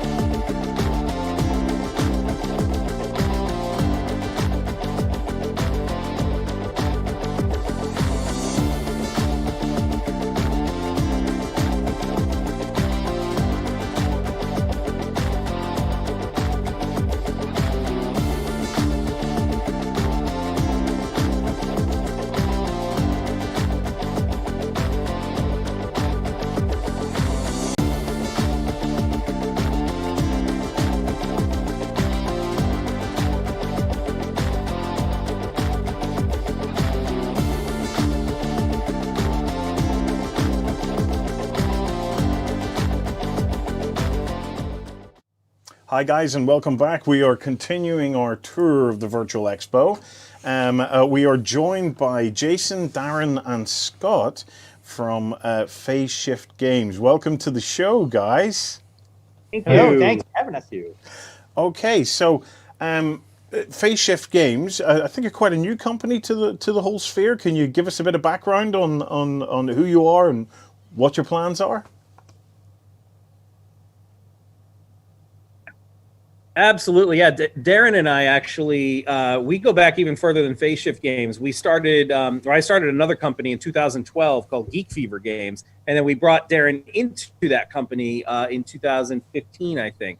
So he and I have been designing games together for a while, and then in 2018 we decided to start up Phase Shift Games because we really wanted to go beyond design and really step into the publishing world in a real way. So 2018 was kind of the starts of Phase Shift, and then we found Scott sometime later that year, and then the rest is everything we're going to be talking about. Yeah. So 2020 obviously threw a curveball to all of us in the industry. How did it affect you guys? So the timing unfortunately worked out. It was unfortunate. So we launched Dungeon Drop on Kickstarter in 2019 in June and ended in July. And 2020 we fulfilled in February. Yeah. Which was our target. We got in just under COVID, but the downside was this was our year to be in front of people in every major convention. We had lined up Origins, Gen Con, UK Games Expo. We were all booked for a physical booth there. Actually, UK Games Expo was going to be our grand world launch. That was the first con of the year. And then, of course, Essen and PAX Unplugged, all the big ones. This was our year to be face-to-face, selling Dungeon Drop, playing it with the audience. And because it's such a tactile game, you kind of almost need to feel that physical drop mechanic that we have. It's hard to translate that to virtual. So, yeah, how has it impacted us? It impacted us. I would say that we get a little lucky that had we run a little late and bumped into the manufacturing aspect of it, if when manufacturing slowed down because of it, that would have been much worse. Much worse. We got in, as you said, just before COVID hit China. Our manufacturing was done. Now, some of our shipments were delayed getting out of China because that's when they were just dealing with everything. But we still managed to fulfill almost everyone on time in February. Then we did have some delays with Brazil and some of the Europe. But well done. We made do. Has it changed your, obviously, as all of us, as companies and small businesses within the industry, we have to keep going. We have to keep finding ways of being able to continue to exist. So, what changed for you guys? Did you start to look at the worldwide distribution and the likes? Yeah, I guess I'll answer this one too. So what we had to do, what we decided was probably important for this year was, first of all, embracing e-commerce way sooner than we expected. We fully expected eventually we'd get an online store and we'd start distribution centers, fulfillment hubs, but we did not expect to do that in February of this year. But that's what we scrambled pretty quickly to set up. We had a great relationship already with Fun Again Games in the United States. They were our fulfillment arm for the US, and then they helped us with Canada fulfillment as well. So we established a direct integration between our storefront and their warehouse so that we could take orders and they just pass right through and we're out of it. People pay online and orders ship out from the warehouse. Great. Then the next step was, okay, in this industry, we need US and we need Europe distribution as our primary kind of hotspots. And so we are just now finalizing building out our Germany warehouse where we will be able to fulfill for all of Europe. I don't know for you guys in the UK with Brexit. We'll see what happens at the end of this year. I don't quite know what the VAT situation is going to be yet, but we're basically formally VAT certified now in Germany. And so when we sell products on our store, to anyone in Europe, that will be included, and and then fulfillment straight from Germany. So Yeah, we cool. have a pretty good. I think we scrambled pretty quickly to get up a decent infrastructure, and we definitely felt that we needed to try this virtual thing. Hence, we're talking to you folks. Yeah. And B, we need to have real worldwide distribution capability, and some kinks in the process, but that's what we're focused on. Yeah. Yep. Well, we'll have to wait and see on Brexit. I'll be honest, most of us over here just treat it as another layer of 2020. It's throwing everything at us. And no one knows yet, right? We just do it. Right. I want to talk about Dungeon Drop. Okay. Can you tell us a little bit about the game, and then we can look at what the future holds for it? Yeah, Scott, do you want to talk about Dungeon Drop? Sure. So Dungeon Drop was a game. It's a contest winner with the Game Crafter online for a contest where you had to design a game that had no printed components of any kind.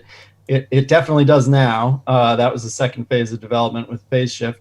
But originally, the kind of unique mechanic, which is essentially you scoop up a whole bunch of colorful, shiny bits and you drop them onto the table, literally. That part came from that design restriction. And sort of the concept was that when you dropped all these bits on the table, if you knew what were the pillar cubes, that you could essentially see a map of a dungeon and all the good stuff and bad stuff, treasure and monsters inside. And you could decide to slice up this space in different ways, collecting whatever was inside that slice. And that's kind of the core of the game. With Phase Shift, obviously we took that another level further. Now we've got charming artwork, and we've got the ability to take special actions. You get a unique kind of race and class combination to start the game, which give you different ways to mess with the game's rules, basically, and took care of some of the flaws we saw early on. So it's been an absolutely great collaborative relationship ever since I connected with Jason and Darren. We've worked really steadily on this, and the Kickstarter went way better than we expected, but I do firmly believe is due to all their really, really hard work. Now we're here. It's great. It's hard to lose this convention season, but I know long term we'll figure that out as well. Mm-hmm. So can you give us a little bit of an explanation of how the game is played? Just a quick overview. Just to continue that, so you drop those color bits all over the table, and like I said, more specifically, to loot a room. Again, first you're going to take a race or class ability that allows you to kind of manipulate this space in some way. And then looting a room is to find a triangle, a triangular space between 3 pillar cubes that doesn't contain another pillar inside that space, and doesn't kill your character, doesn't require you to take too many monsters that you're going to lose your last health point. You don't die in this game. It just becomes a restriction in terms of making that space.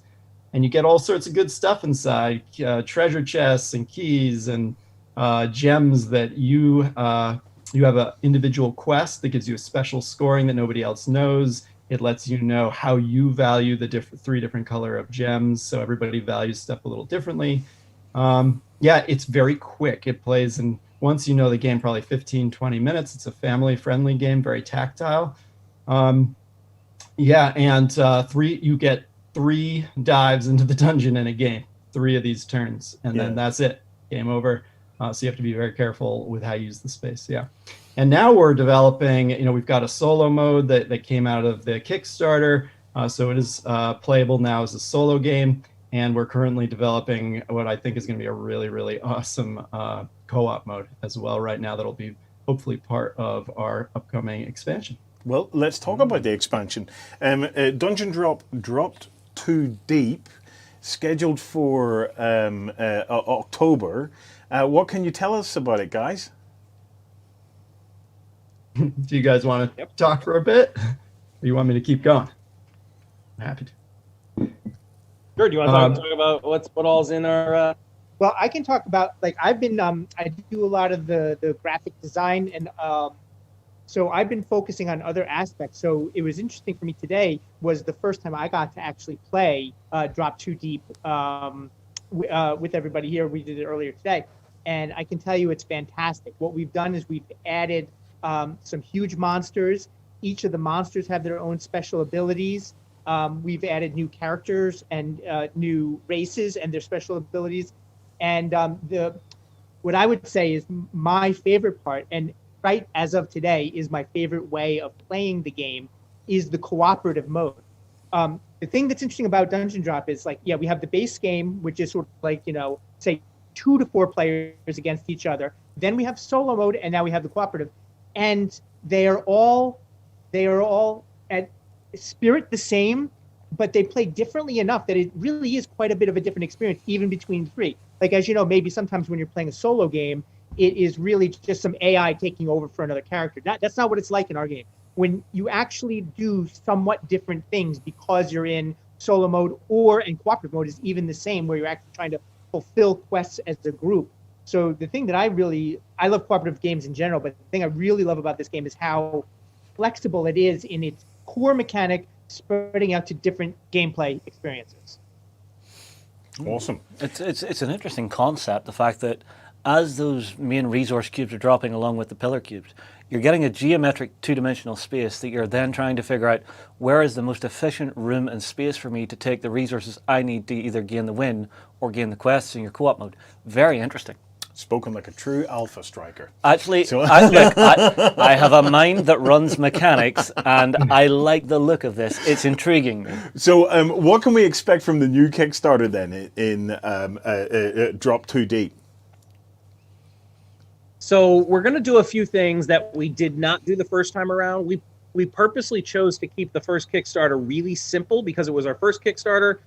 We wanted to make sure we weren't overcomplicating things, and we didn't want to screw anything up. But what we didn't do was we did not include walls. And a lot of fans asked for a wall structure that the cubes would not be able to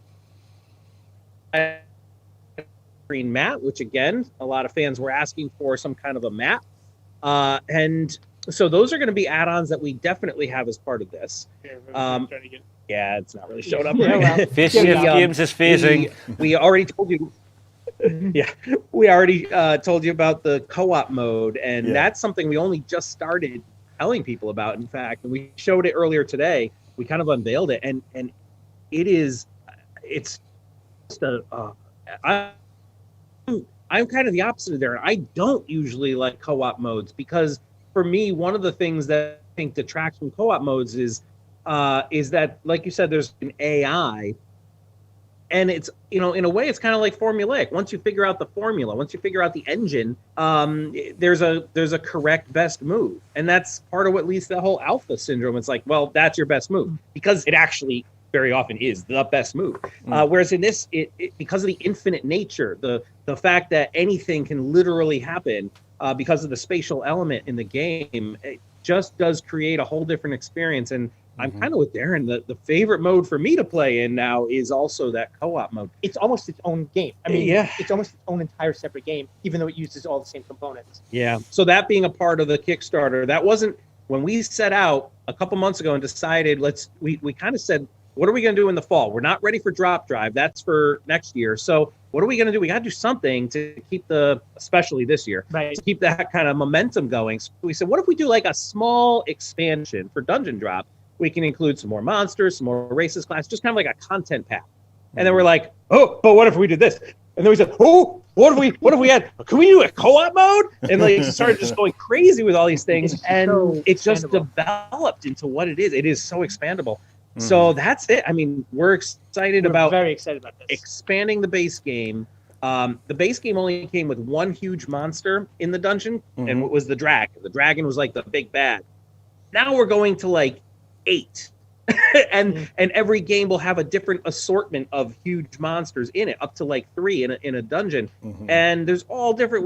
We showed a Cyclops and a Beholder and a Flame Demon and a Lich. There's just all these different, the Goblin King, and it just adds that much more richness and character to this dungeon. So that's what we are bringing to Kickstarter. Fantastic. If I could just jump in on that other sort of part of the expansion. Obviously, you can probably tell we're getting more and more excited about the co-op mode that's developing.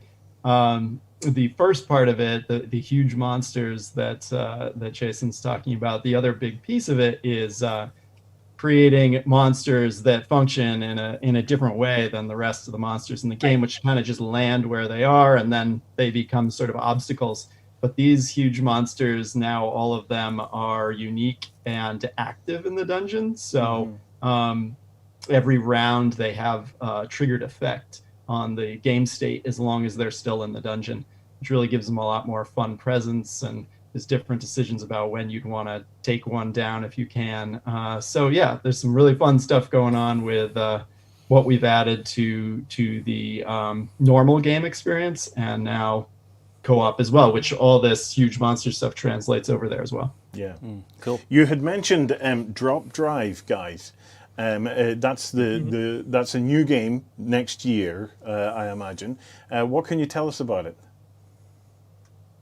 Yeah, well, I can pick up a little bit there. The idea was, like we keep saying, I mean, this core mechanic of dropping this random assortment of stuff, and I think where we're in kind of a new design space, if we drop a bunch of stuff randomly, we can create essentially a random arrangement of items on the table. But I think where we're in some new spaces, that it's not a purely dexterity game. And in fact, when you see it at first, it looks like it's a dexterity game. You'd have to be flicking these things around. We do have those elements, but it's possible to play this game. We even have a version that has no dexterity elements. You can play it without. It's a much more spatial kind of game experience.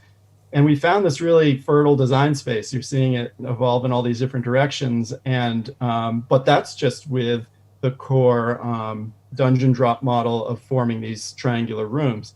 What Drop Drive does is it starts with this random assortment, kind of with this wealth of experience now that we've had designing in this spatial area, but takes it in a fully different mechanical direction, where you are in this space, in this case as like a little rogue trading vessel that evolves over the course of the game, and you are literally navigating the tabletop spatially with what we refer to as your string drive, which literally gives you a amount of space and configuration that you can move through the tabletop and collect stuff and adventure and upgrade your ship and find little alien specimens along the way, deliver them to planets, explore, but all in this spatial. So it's a totally different game than Dungeon Drop, but it looks the same at first. It kind of starts with the same seed, kind of this big bang explosion of a solar system now, but you explore it in a really different way. And in fact, you have two ways to navigate the space. One is your string drive that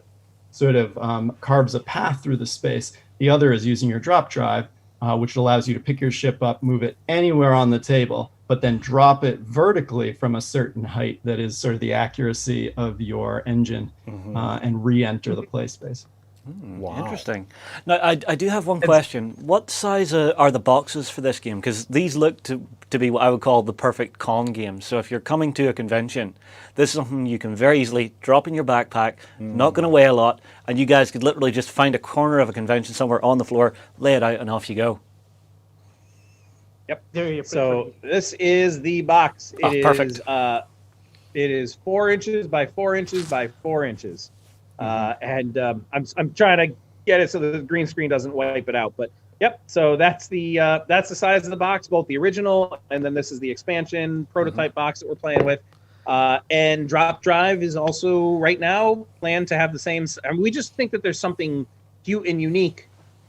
I mean, obviously with the games themselves, but the box reinforces it. I'm actually surprised that there haven't been other games with a cubicle shaped box before, other than a Minecraft toy. I don't think I've ever really seen one. So that was something we thought of earlier on, and we said, hey, what if all of our games in this like family line, whether they're all drop games or not, right now they happen to be these drop style games, but what if they all just had the same format, the same footprint, and they look really cool on a shelf next to each other. It's just another uniqueness that we think we brought to it. As a whole, with all of the games, I think one of the things that is really interesting is we take some kind of tried and true concepts like dungeon delving or pick up and deliver, but with our infinite possibilities of creating the space through a random dropping of items, it takes something that's familiar but makes it really very different and also extremely accessible to families. So it's almost like, in some ways, we kind of think of it as sort of like people who are really maybe a little more hobbyist gamers would love to get this to play with their young kids. Not that adults couldn't have fun with it as well, but it's sort of like, I think it bridges that middle ground where both a hobbyist and more of a mainstream gamer can enjoy the product. Yeah, I mean, like I could definitely see this sitting on a Waterstone shelf here in the UK. Absolutely, absolutely. So, guys, what else is on the horizon for Phase Shift Games?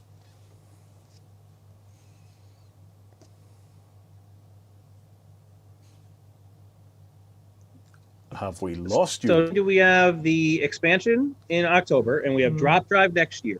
Oh, no. We lost you for a it's second. okay. You're back. You're back. Don't worry. Hey, Jason and Darren from Phase Shift Games. So we have our expansion Kickstarter in October. We have Drop Drive coming up next year. And then what we actually have not talked about at all this entire weekend is that there was a game that we signed, and it was a game that I actually designed under another design company's brand, that we were originally planning to launch first and then decided to focus on the small games initially, just kind of get going. Frankly, doing better than we ever expected they would. And that game is called Queen's Quest. We have a page for it up on our site already. It's a pixel art dungeon crawler. It is a deeper dungeon crawler. Right. It's not a small cubicle box game. It's a deeper dungeon crawler. More hobby-oriented. Hobby-oriented cooperative gaming experience. And that is still very much in development, pretty much at the end. And that will probably launch next year as well. So that's the bigger thing on the horizon. And that has a lot of expansion potential as well. So really exciting. It has a really neat, that whole like pixel art look. It really has a very intriguing. Yeah, it's right up our alley as well. In fact, once Dungeon Drop really did so well, and then we realized, heck, Queen's Quest may actually be launched in the Dungeon Drop universe, where originally it was going to be vice versa. Right. We also, kind of thought about it. We said, hey, let's back up for a second. If what makes Dungeon Drop unique is this drop mechanic, is there a way to build a drop mechanic back into Queen's Quest? And not to artificially force it in a hacky way, but just like, let's see if there's something there. And it is not the central part of the game, but it is now a part of the combat mechanism.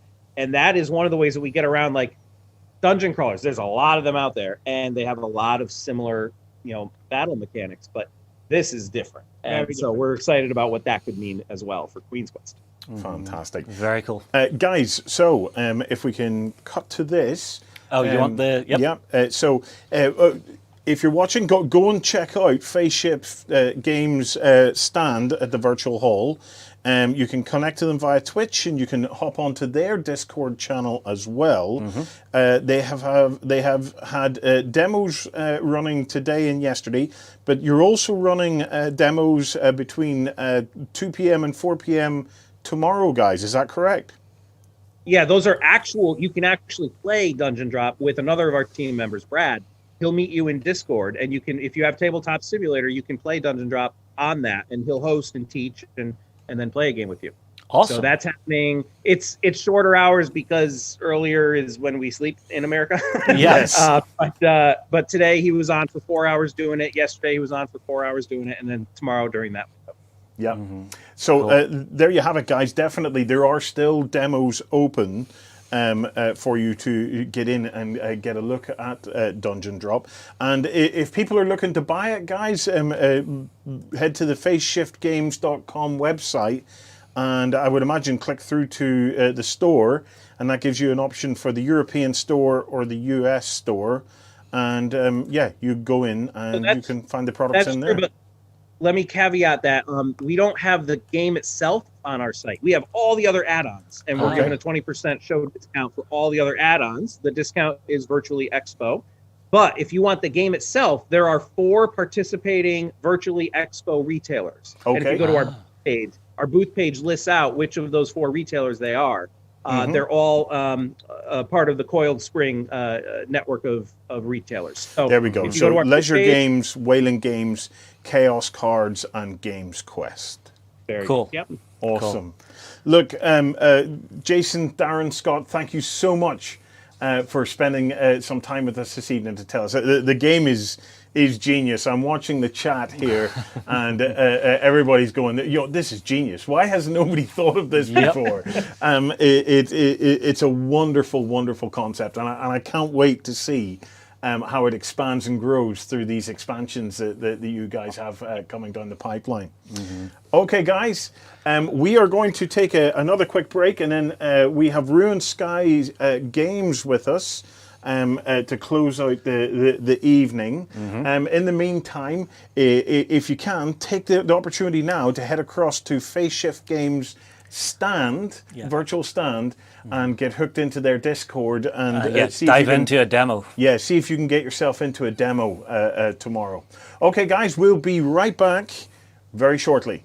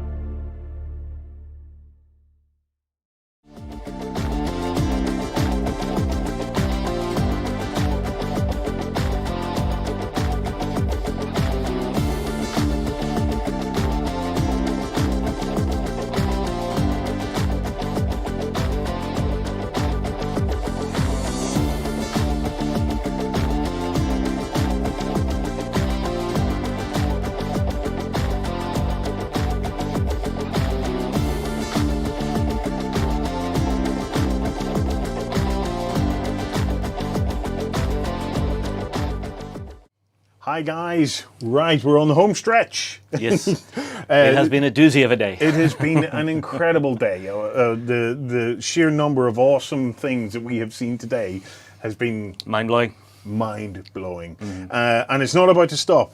We have Robin here from Ruined Sky Games. Hey Robin, how are you? Hi. Thanks for joining us. So Robin is going to talk to us about Circulari. This is a game of resource management for up to 4 players. And get this, it's set in the accretion disk of a black hole. Okay, now that's an intriguing location for a game. Do you know what? I'm gonna unleash some science knowledge on you here, right? Robin, brace yourself. We have just discovered things called planets. Planets. Planets. Black hole planets? Black hole planets. Okay. I kind of thought that's where this was going. Yeah, so these are not planets that have been captured by a black hole. These are planets that actually form in the accretion disk of a black hole. In fact, according to their calculations, the accretion disk of a black hole will be more effective at creating planets than the accretion disk of a star. Or the gravitational... the disk. Yeah, so there you go. That's interesting. So, Planets. Fascinating. You learn something every day, eh? And all of a sudden, we have the next expansion for this game. Robin, what can you tell us about Circulari? So, Circulari is a game of tactics and resource management for 1 to 4 players. And as you said, it's set in the accretion disk of a black hole. Where the idea came from was I was thinking about a lot of the board games that I like. And I think I came to this realization, and I think a lot of people come to it, I don't think it's particularly novel, but you realize you like this game, and you're playing with other people, and you're having fun, but you're not really interacting with them a great deal. You know, it's kind of like a race. You know, you've got your board, or you've got your cards, and you're accumulating points and resources or whatever. But at the end of the day, what it really comes down to is, who wins first. Sure, there might be a few sort of technical things that affect the other players, but there's very little in terms of that direct interaction. And I guess that's where the idea for Circulari came from. Partly was trying to make a game which was about really having a lot of interaction, but without that interaction being quite directly aggressive. Obviously, some games are very interactive because they're basically about killing the other players. But whereas Circulari has this kind of intense degree of interaction where you're really thinking a lot about what the other players are going to do and what situation that's going to leave you in at the beginning of your next turn, but without being kind of violent. Yes. So the game was first prototyped in 2018, yes? Yes, that's right. So the chief inspiration for Circulari was playing a game called Sail to India. It's a game I really like. I don't think it's hugely well known, but it's a really nice, compact, small box economic game. It's very austere with just a few cards and cubes, and yet all this kind of rich gameplay comes out of it. So I was playing Sail to India, and then I think just afterwards I played a game of Tiny Epic Galaxies, which probably is much more well known, I think. And I was thinking, I like Sail to India, but wouldn't it be cool if it was in space? So that's where the very first prototype came from. I think just some ideas started circulating around in my head. Circulating. And See what you did there. I think, within a couple of weeks, I put together the first prototype of what became Circulari. Based on that inspiration, it's diverged quite a bit from that original inspiration, but that's where it all started. And what is the plan for the game? Are you planning to go to Kickstarter with this? That is the plan. So since 2018, in fact, I can show you, here we go. This is, there you go. Oh, you can barely even see it in the light. But there you go. That's the very first prototype from back in 2018, just a bunch of boxes on a card. And basically ever since then, been playtesting it loads and polishing it. Which I think we'll see a little bit later on, that's in flight. So now taking it to Kickstarter actually seems a realistic and perhaps even imminent prospect. And I'm hoping that May 2021 is my target. I'm hoping that then we'll be able to launch a campaign and all the pieces will fall into place. Now, we've been looking at some images of it here, Robin. It has certainly come a long way from the black and white card that you held up that was created in 2018. Who's the artist behind the project with you? So the artist is called Shimek Dimitruk, and I've been working with him for a couple of months now, and the artwork has gone through various stages. The initial several rounds of artwork that I tried to produce, which was not terrible, but somewhat below commercial standard. Then we had a different artist who I enjoyed working with, but unfortunately he had some difficulties and he was unable to continue. And that ultimately led to my teaming up with Schmeck. We've been working together for a couple of months now. He's partway through redoing all the artwork in the game. So the asteroid boards that you'll see they've now been fully schmecked. And looking really nice. and also the new space station, and which you'll see in the prototype. I'm just waiting on the black hole. So he's currently redoing the black hole. The black hole you'll see in the prototype is my own creation, but what Schmeck's doing is going to be much, much better. I've seen some drafts, but it's not quite ready for public view yet. Yeah, let's see. You've been porting it to Tabletop Simulator and to Tabletopia, sorry. You got Circulari on the brain. Yeah. Sucking you in. And so that people can demo it and try it out during Virtual Expo. Do you want to bring it up and show people around? Yeah, let's see if we can make that work. Right, bring up the window, and here we go. Press the right buttons. Share. Oh, there we go. Can you see that? Yes, we can. Yeah. Excellent, excellent. So this is the stock view from Tabletop Simulator, and as you're right, I have been demoing it during the expo. I logged on at 9 a.m.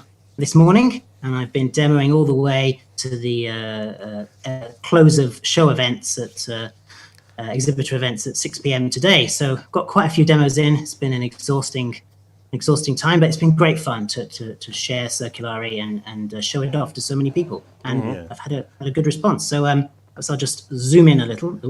There we go. So you can take a better look at the pieces. So what we've got here is the black hole board with the black hole. There we go. And the space station just underneath those cubes there at the top. And surrounding it, the asteroids. And I think if I press there's a button you can press. Oh, there we go. You can zoom in and see those components a little bit more clearly. So possibly though, I should be calling them blasteroids since planet. have to have a major rebranding exercise now. So the basic mechanics of the game. I think what makes it interesting. One of the interesting aspects of the mechanics is that it has this two-phased turn structure. Players take it in turns, but each turn consists of these two phases. The first phase is the action phase, and that kind of focuses on manipulating the cubes here. So people pick up their cubes, and you can see there are these different slots for different functions, propulsion, extracting metal and collecting energy. And these cubes, which represent your fleet of mining robots, can be deployed around the orbit of the black hole and onto different asteroids. But then once you finish the action phase, there's then this secondary kind of movement, which I will illustrate. And I'm glad I've got Tabletop Simulator up because it comes across really nicely in Tabletop Simulator. I'm gonna illustrate it here. Basically, you then can maneuver the asteroids themselves. So you just basically bring that round, and there we go. And when you drop it, everything shifts out of the way, which is quite a nice gesture. It's not too difficult a gesture to perform with cardboard components, but you can imagine, if you've played with Tabletop Simulator or Tabletopia, they do make some things harder to manipulate. It's harder to manipulate the components, and what can be an easy physical gesture can become trickier in that digital realm. And so it's really nice that the scripting that I've done has turned out nice for this Tabletop Simulator port, because everything happens really fluidly. You just kind of need to indicate what you want to do, and it more or less happens for you. Nice. So this is one of the things that really leads to the high degree of interactivity in the game, because these asteroids are your playing field, if you will, and you have your mining robots are deployed onto various different locations. But what happens is in the command phase, people start maneuvering the asteroids because they want to get them into position, say around here, in this waste rock deorbiting slot here that's indicated, in order to deorbit them and drop them into the black hole, and that's shifted everything else. And so you have to think when you're taking your turn. Okay, so here's what I want to do. I need to put my things here. I need to move my stuff there. But also, however many other players you're playing with, what are they going to do on their turns? How do they move? And what is it they want to do? And how does that leave the state of the play, the situation on the board at the beginning of my next turn? Am I Do I need to mitigate against that? Can I take advantage of it? Does somebody really want to do something that actually is going to move things that's good for me if I can just take advantage of it? Mm-hmm. So you've got a nice piece of tactical movement engineered in there where you're trying to outguess everybody else at the table with you. Yeah, basically, yeah. Nice. I like that. I like that kind of mechanic because it's something that if you're quite clever, you can read the table. Yes, exactly. Yeah. Yeah, I guess there's a sort of a psychological element to it, because it's interesting, right? Because I suppose there's no randomness in Circulari. The starting condition is the same. There's no dice or decks of cards except in the solo version, and yet every game is quite different, and that's because the different players bring to the table different ideas and different models of how they're going to play this game. And that very quickly, that's what defines the uniqueness of any given playing session, right? It is that the people bring that with them, and once they start moving, everything, the chaos erupts. See, this is something that happens anytime you and me play, Warren. I will always play a game very differently as soon as I know you're at the table versus if I know John's at the table. We've played together long enough that I know the kind of tactics that you will pull out and play in most given games. You know I will go all in. Yes, and try and murder me. But it's nice to see that the game can actually handle that kind of thought process from the players. Yeah, it's I have big respect for games that that remove a lot of the randomness out, because it's not an easy thing to do, to pull off a game where it's completely strategic. So yeah, it's very, very interesting to see this come together. What about the player boards then? Can you take us on a tour of the player board? Let's have a little tour. The rotation. Got to remember my tabletop simulator controls. Right, okay, here we go. Let's zoom in a little bit and get a good view. Of one of the player boards. There we go. Okay. Yeah, so there's a couple of different components going on here. So at the top of the board, you've got the talent track. So basically, the objective of the game is to be recognized as the most talented Circulari, the best, have songs sung about you and ballads written back on wherever it is you hail from, back on your home civilization, for being the most talented Circulari and sending as much resources, that is to say metal and energy that you extract from the accretion disk, back home to your home civilization. So players in a number of different ways can earn these talent points during the game, and when someone reaches a score of 7 points or more, then that triggers the beginning of the end. So there's a final round, so everyone gets a chance to pip you to the post, see if they can get a little bit further than you did, often the case. But then at the end of that, then you score up, and the player with the highest talent score is the winner. On the left-hand side of the player board, we've got this nice quick reference area, which basically shows the different things you can do in each of the two phases. So you've got the action phase that comes first. So you can do things like deploy robots. This is where you take some unused robots off your fleet board, and you can add it to the action out there around the black hole. And then move robots is basically allows you to move your robots around. So you have these things called movement modules, which basically control how far you're allowed to move your robots whenever you play that action. And the next action, the upgrade action, allows you to upgrade that during the course of the game. So this is one of there's not a huge amount of engine building in Circulari. It is much more tactical, but there is a teeny little bit. So you can upgrade your capabilities and get more movement modules, which allow you to move around your robot fleet further and faster. And you can get more command channels, which basically allow you to control more asteroids. So at the beginning, you can only move one asteroid every turn. But if you upgrade to the max, you might be moving as many as 3. And then once the action phase is over, then there are these commands. So there's the shifting the one at the top there, which is basically the kind of movement that I showed you.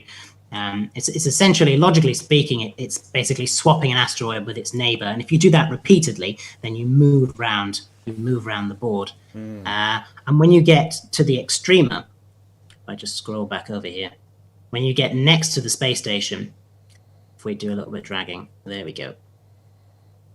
When you get next to the space station, you have the situation where the labels line up, because the asteroids are played in these two different orientations.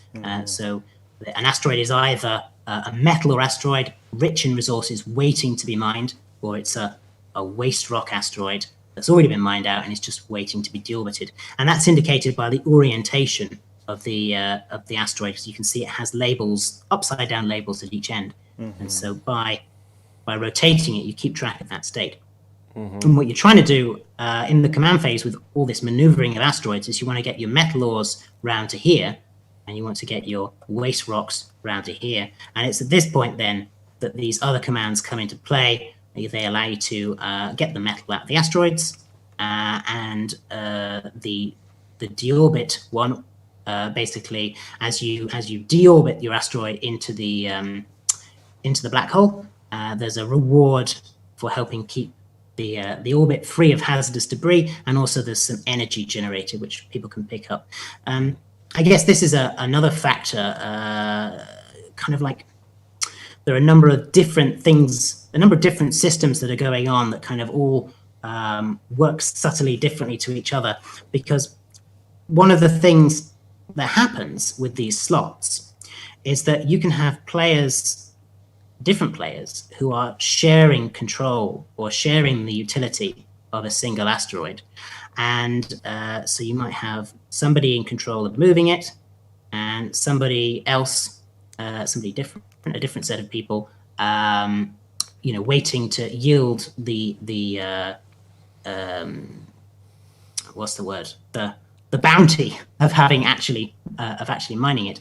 And so there are these sort of competitive and collaborative dynamics that arise, because when you're sharing a single asteroid like this, then that might be something you're happy to do if you think it's fair, if you think it's in your interests. And so you can have a situation where players are sort of informally collaborating at any given moment, even though at the end of the day, only one can be victorious. And people have this sense of fairness over whether the amount of effort that they put in is matched by the rewards that they're going to get out of it. And so there are opportunities to kind of parasitize off the other players. And then that leaves the other player having to think, well, am I okay with this? Is this a small loss? Am I willing to tolerate this? Maybe I am, because I'm almost there and it's going to yield me a much bigger return. Or sometimes people just go, well, no, this isn't fair anymore. And so they just take, rather than continuing to push the asteroid where it needs to go, they just decide, well, I'm going to move somewhere else. I'm going to do something else. And your parasite is just wasted now. And these are the kind of dynamics that occur with that. So yeah, and my scrolling has gone all funny. Yeah, so then the other area really of the player board there is this resource area. There's two kinds of resources in the game, and metal represented by the yellow cogs, and energy represented by the blue thunderbolts. And basically you have these storage robots which are basically holding the resources, and you can fill them up. Each one can hold 4 units of any given resource. And as you accumulate, well, if you accumulate more resources, you need to employ more and more cubes. So there's this kind of fungibility of the cubes, because they represent both your robots, but also your resource holding capacity. And you only have so many. So there's a trade-off you need to make there. If you store a lot of resources, it means you can't have a big fleet. If you've got a big fleet, you need to make sure you're running light on resources. Wow. It's very interesting. Because it's a deep game, isn't it? Yeah. There's a lot of tactical depth there, but that interaction that you're talking about, it's, am I able to, okay, so say Warren's controlling this asteroid, he's about to, dig in and get a lot out of it. If I can maybe get a cheeky little one of my robots in there, I can maybe just grab a little resource off that while he's at it, without having to struggle too much and compete with him. I love the technical aspects of this. Of trying to orbit my asteroid around so that I can actually move to an extraction phase to extract the ore from it, and then having to continue that process of orbiting so as I can then get it around to the other side to deorbit it. And I imagine at that point then a new asteroid can be drawn. Yeah, so basically there's this extra spare asteroid, what we call the outer disk. So basically once you deorbit this in, you just bring in a new one like that. Wow. And then the process of the orbit of the accretion disk begins once again. Yeah, basically metal ore is turning into waste rock, and waste rock's being replaced by fresh metal ore. So this is a kind of economy. Again, it's another things you can see is that if people get too focused on doing one thing, like everyone wants metal ore, then you just start to run low on the number of metal ore asteroids. Yeah, you're just left with waste rock flying everywhere. Yeah, until somebody starts to pick up the other side of that economy. Yeah. Oh, it's fascinating. And it also means you're not always in direct competition, because it might be the correct tactical point for me to be working on that waste economy side, while it's the correct point in the game for you to work on the metal ore side of the economy. Yeah. So you're not constantly struggling against each other. There are reasons, and good reasons, to actually be working and leaving each other to actually get on with the work. How have you managed the handling the various permutations that you've discovered in this design? Have you used computer modeling or something to try and work through the simulation of this, or? Yeah, so I do actually have a computer simulation of this with an AI player. I originally started writing it with a view, I think, that I'd like to have a mobile app version, but it's proved much more useful in the immediate to some of the more immediate problems that I've been facing. One of the fears that I have as a designer, because I've heard about this happening to other people. I can't bring any examples to mind, but I think you probably recognize the story where you hear somebody says, "Oh, X is a great game." Yeah, no, it was a great game, but you can't really play it. You can't really play the rules in the box anymore, because now we know you basically do Y. Y is the way to win. Yes. Or now we basically know, well, the second player always wins. I have this fear, right, that you go through this whole process of you play test and you get your artwork done, you go to Kickstarter and you get your game. Well, wouldn't it be really heartbreaking to discover that that had happened to your design? It's broken. And it's really hard to kind of personally, I feel, to feel confident about those kind of aspects of a design. And obviously, the classic example is just to playtest it a lot. And I have done a lot of what I'm now going to call human playtesting with Circulari. But even so, I just think even if the number of games that it's possible to play with actual people. I know, unless you did nothing else all day every week. I just wonder if it's really possible to get the amount of data that to really make you feel comfortable with some of these things. Because don't forget, it's not just you need to play a lot of games and find out whether or not you think, for example, that the game is fair with respect to the starting the player's position in the turn order. But also, every time you make a change to the game, that potentially invalidates all the data that you have already. And so this is one of the things that I've applied computer modeling to. It is not a substitute for human playtesting. Perhaps it's not really fair to call it playtesting at all, but it is a source of information because you can run thousands and thousands of games. Now, obviously, if the information you get out of that is useless, then that's not very helpful, doing useless things thousands of times. But I think there is some merit to it if you use it carefully in conjunction with also the results you get from real playtesting and to some extent one's intuition. So one of the things, one of the problems that I had with Circulari was that I begun to feel uncomfortable with the way that the game ended. And the way I designed it originally was to give everyone an equal number of turns. So basically, the game always finishes just before the starting players in the turn order would have another turn.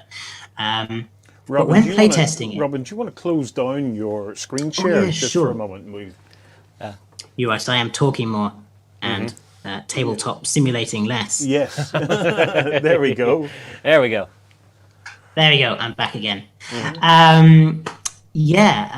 What was I saying? Right, yeah. So I had this problem with Circulari where I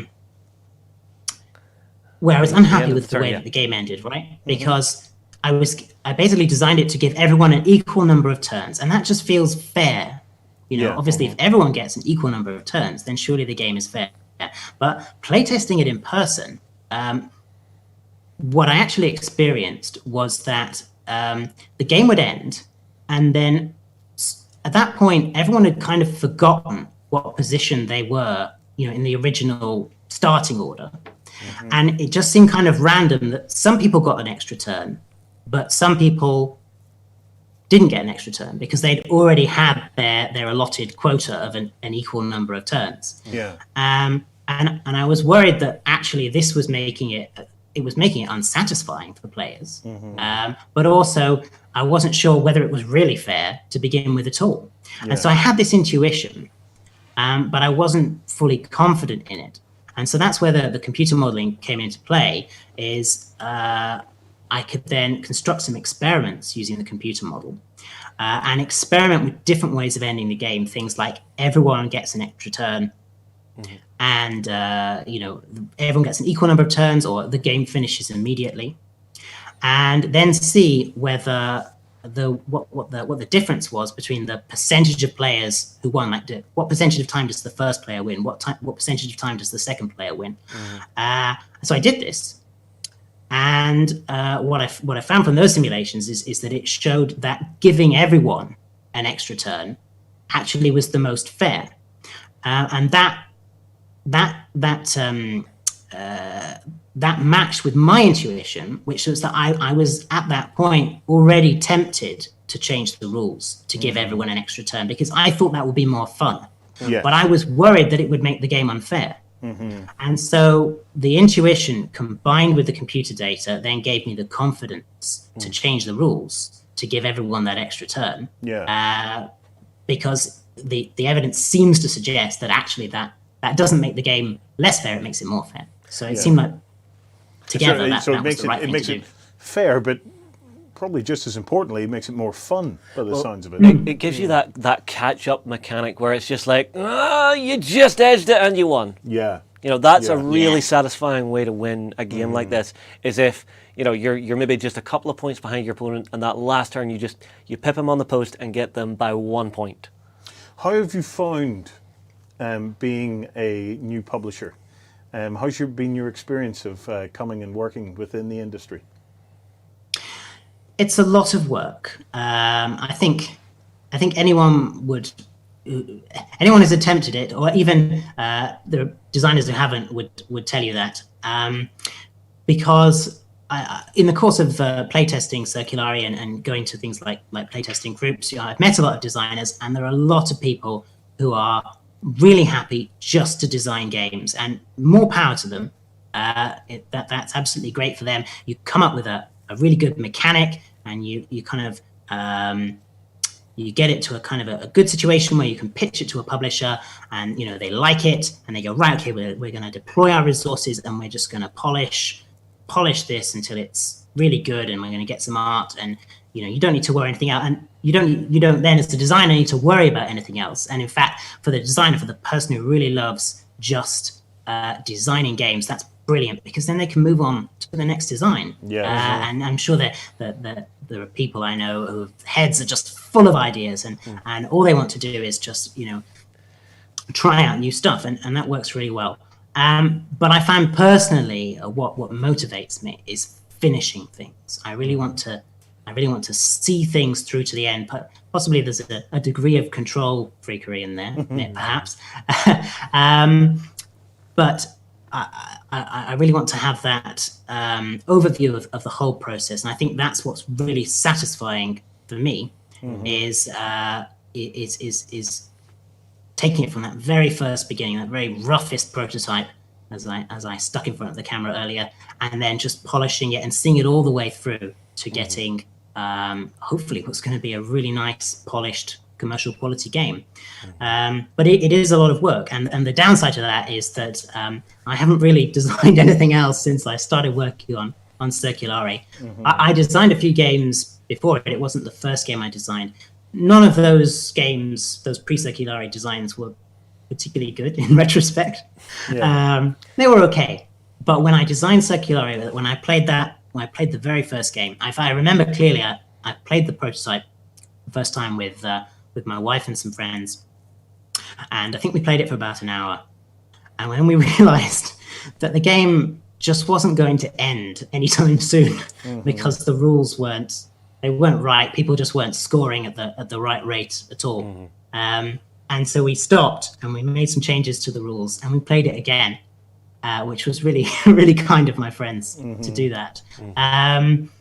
But after that, I could see straight away that, while it was very unpolished, there was a really good idea at the heart of what I was trying to do. And since then, I've just focused on Circulari to the exclusion of everything else, and just been trying to get it through that process. The play testing, the refinement, and now moving on to some of the more commercial aspects, things like marketing. There's no point in making a game if no one knows about it, no one wants to buy it. The pre-production stuff, getting the artwork done and getting it into the right format to be manufactured, getting quotes from manufacturers. There's a lot to do, but I'm really looking forward to what the result's going to be, and I hope everyone else will be too.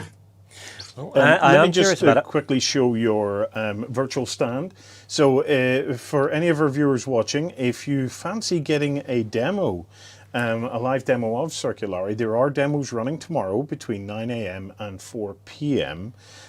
You can jump on to Ruined Sky's own Discord channel. I highly recommend you do that. It'd be a great way to interact with Robin. And you can also hop onto their Twitch channel as well. So Robin, that's how people get involved now. I just want to talk a little bit about the future and your future plans for 2021. It's hard because nobody really knows just exactly where we're going to be at, even in a few months' time, whether events will be possible even in 2021. So what is your hopes? Well, certainly I hope that next year we won't be having a virtual UK Games Expo, but a real live one. And if so, we'll definitely be there. So the expected date for next year's UK Games Expo is at the beginning of June. So we're hoping to launch the Kickstarter in May, and then the campaign will be running then over the UK Games Expo with a chance for people to demo the game while the campaign's running, and hopefully pick up some more backers. So I mean, that is certainly the hope. As you say, it's hard to tell. I mean, there are conventions that are a little bit earlier, like Aircon. So Aircon was in fact the last convention that we went to before the UK entered lockdown. And I think quite possibly it may well have been the last significant event before the lockdown, because it really was only a matter of weeks, I think. Yes. We came back from Harrogate and it was pretty much straight into the lockdown situation. So I've heard from them, and they're sort of trying to sort out their plans for March of 2021. Unfortunately, the Harrogate Convention Centre, which is where they normally hold Aircon in Harrogate, is still going to be used as a Nightingale hospital at that time. So, they're looking into what else they can do.